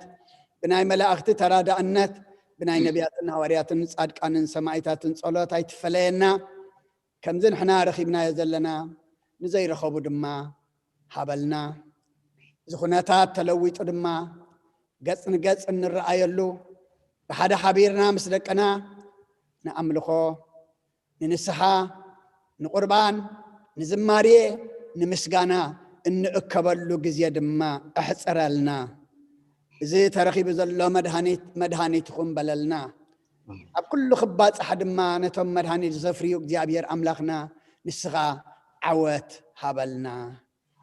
ነፍሲ ባርያኻ ወልደ ኪሮስ ናይ ነፍሲ ዕረፍቲ ሃበልና ሕዙና ናፃናንዓልና ኩልና ድማ ሓለፍቲ ኢና እሞ ሕጂ መገዲ ንስሓ ክንፈልጥ ድማ እስኻ ርድኣና ከምቲ ንሃዋርያት ዝመሃርካዮም ኣብ ሰማያት ትነብር ኣቦና እንዳበልና ንፅዋዓካ ኣለና ስምካ ይቀደስ መንግስትኻ ትምፃእ ፍቃድካ ከምቲ ኣብ ሰማይ ከምኡ ድማ ምድሪ ይኹን ዕለት እንጀራና ሎም ሃበና ንሕና ዝበደልና በደሎም ከም ዝሓደግናሎም በደልና ንኣምሳና እንደገልና ካብ ክፉ ኣድሕነና እምበር ኣብ ፈተና ይተእትወና መንግስትን ሓይልን ክብርን ዘለዓለም ናትካ ኢማ ኣሜን ኦዝትየ ማርያም ብናይ ቅዱስ ገብርኤል መልኣክ ሰላምታ ሰላም ለክለኹ ብሕልናኸ ድንግል ኢኺ ብስጋኸ እውን ድንግል ኢኺ ኣደ እግዚኣብሔር ፀባኦት ጎይታ ሰራዊት ሰላም ለክለኹ እስኺ ካብ ኣንስቲ ብርክቲ ኢኺ ፍረ ከርስኹም ብሩኽ እዩ ኦ ምልእተ ፀጋ እግዚኣብሔር ምስታኺ እዩ ኦ ፍስቲ ደስ በልኪ ሓጢአትና ክሰርየልና ናብ ፍቱ ወድኺ ኢየሱስ ክርስቶስ ምእንታና ምሕረት ለምንልና አሜን ይፍታህ ወይስረይ ጊዜና አምላክን ሙዳነ ኢየሱስ ክርስቶስ كان لك كانت سريات يدم ساسي أبى سأقول له بركة ساتي برهان أنتم أبويا كانت وأبويا دي كانت روان سيرو كانت ببسمكم كونوا فتانون صحني يرسي نرس كلون سمعت زيو مهارن نكسوس مال عصر تغلت زيو مهارن نكسوس زيو مهارن نكسوس زيو مهارن نكسوس زيو مهارن نكسوس زيو مهارن نكسوس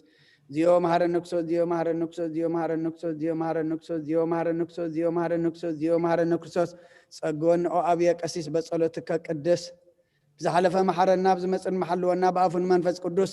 بأنت أجزتنا مريم محرنا كرسوس مال عصر تغلت بأنت دمانم كرسوس بأنت دمانم كرسوس بأنت دمانم كرسوس بأنت دمانم كرسوس بأنت دمانم كرسوس بأنت دمانم كرسوس بأنت أجزتنا مريم محرنا كرسوس بأنت أجزتنا مريم محرنا كرسوس بأنت أجزتنا مريم محرنا كرسوس بأنت أجزتنا مريم محرنا كرسوس بأنت أجزتنا مريم محرنا كرسوس بأنت أجزتنا مريم محرنا كرسوس سأجا قويتنا إيسوس كرسوسن فقر እግዚአብሔር አቦን حبرات منفذ قدسين مساين مسكلكم يخون سلخلو እግዚአብሔር مسغانا يبصحيو ابزز زلخمو سلام نعخاتكم يخون برخليتي يقبرلنا سلام حضروا አሜን።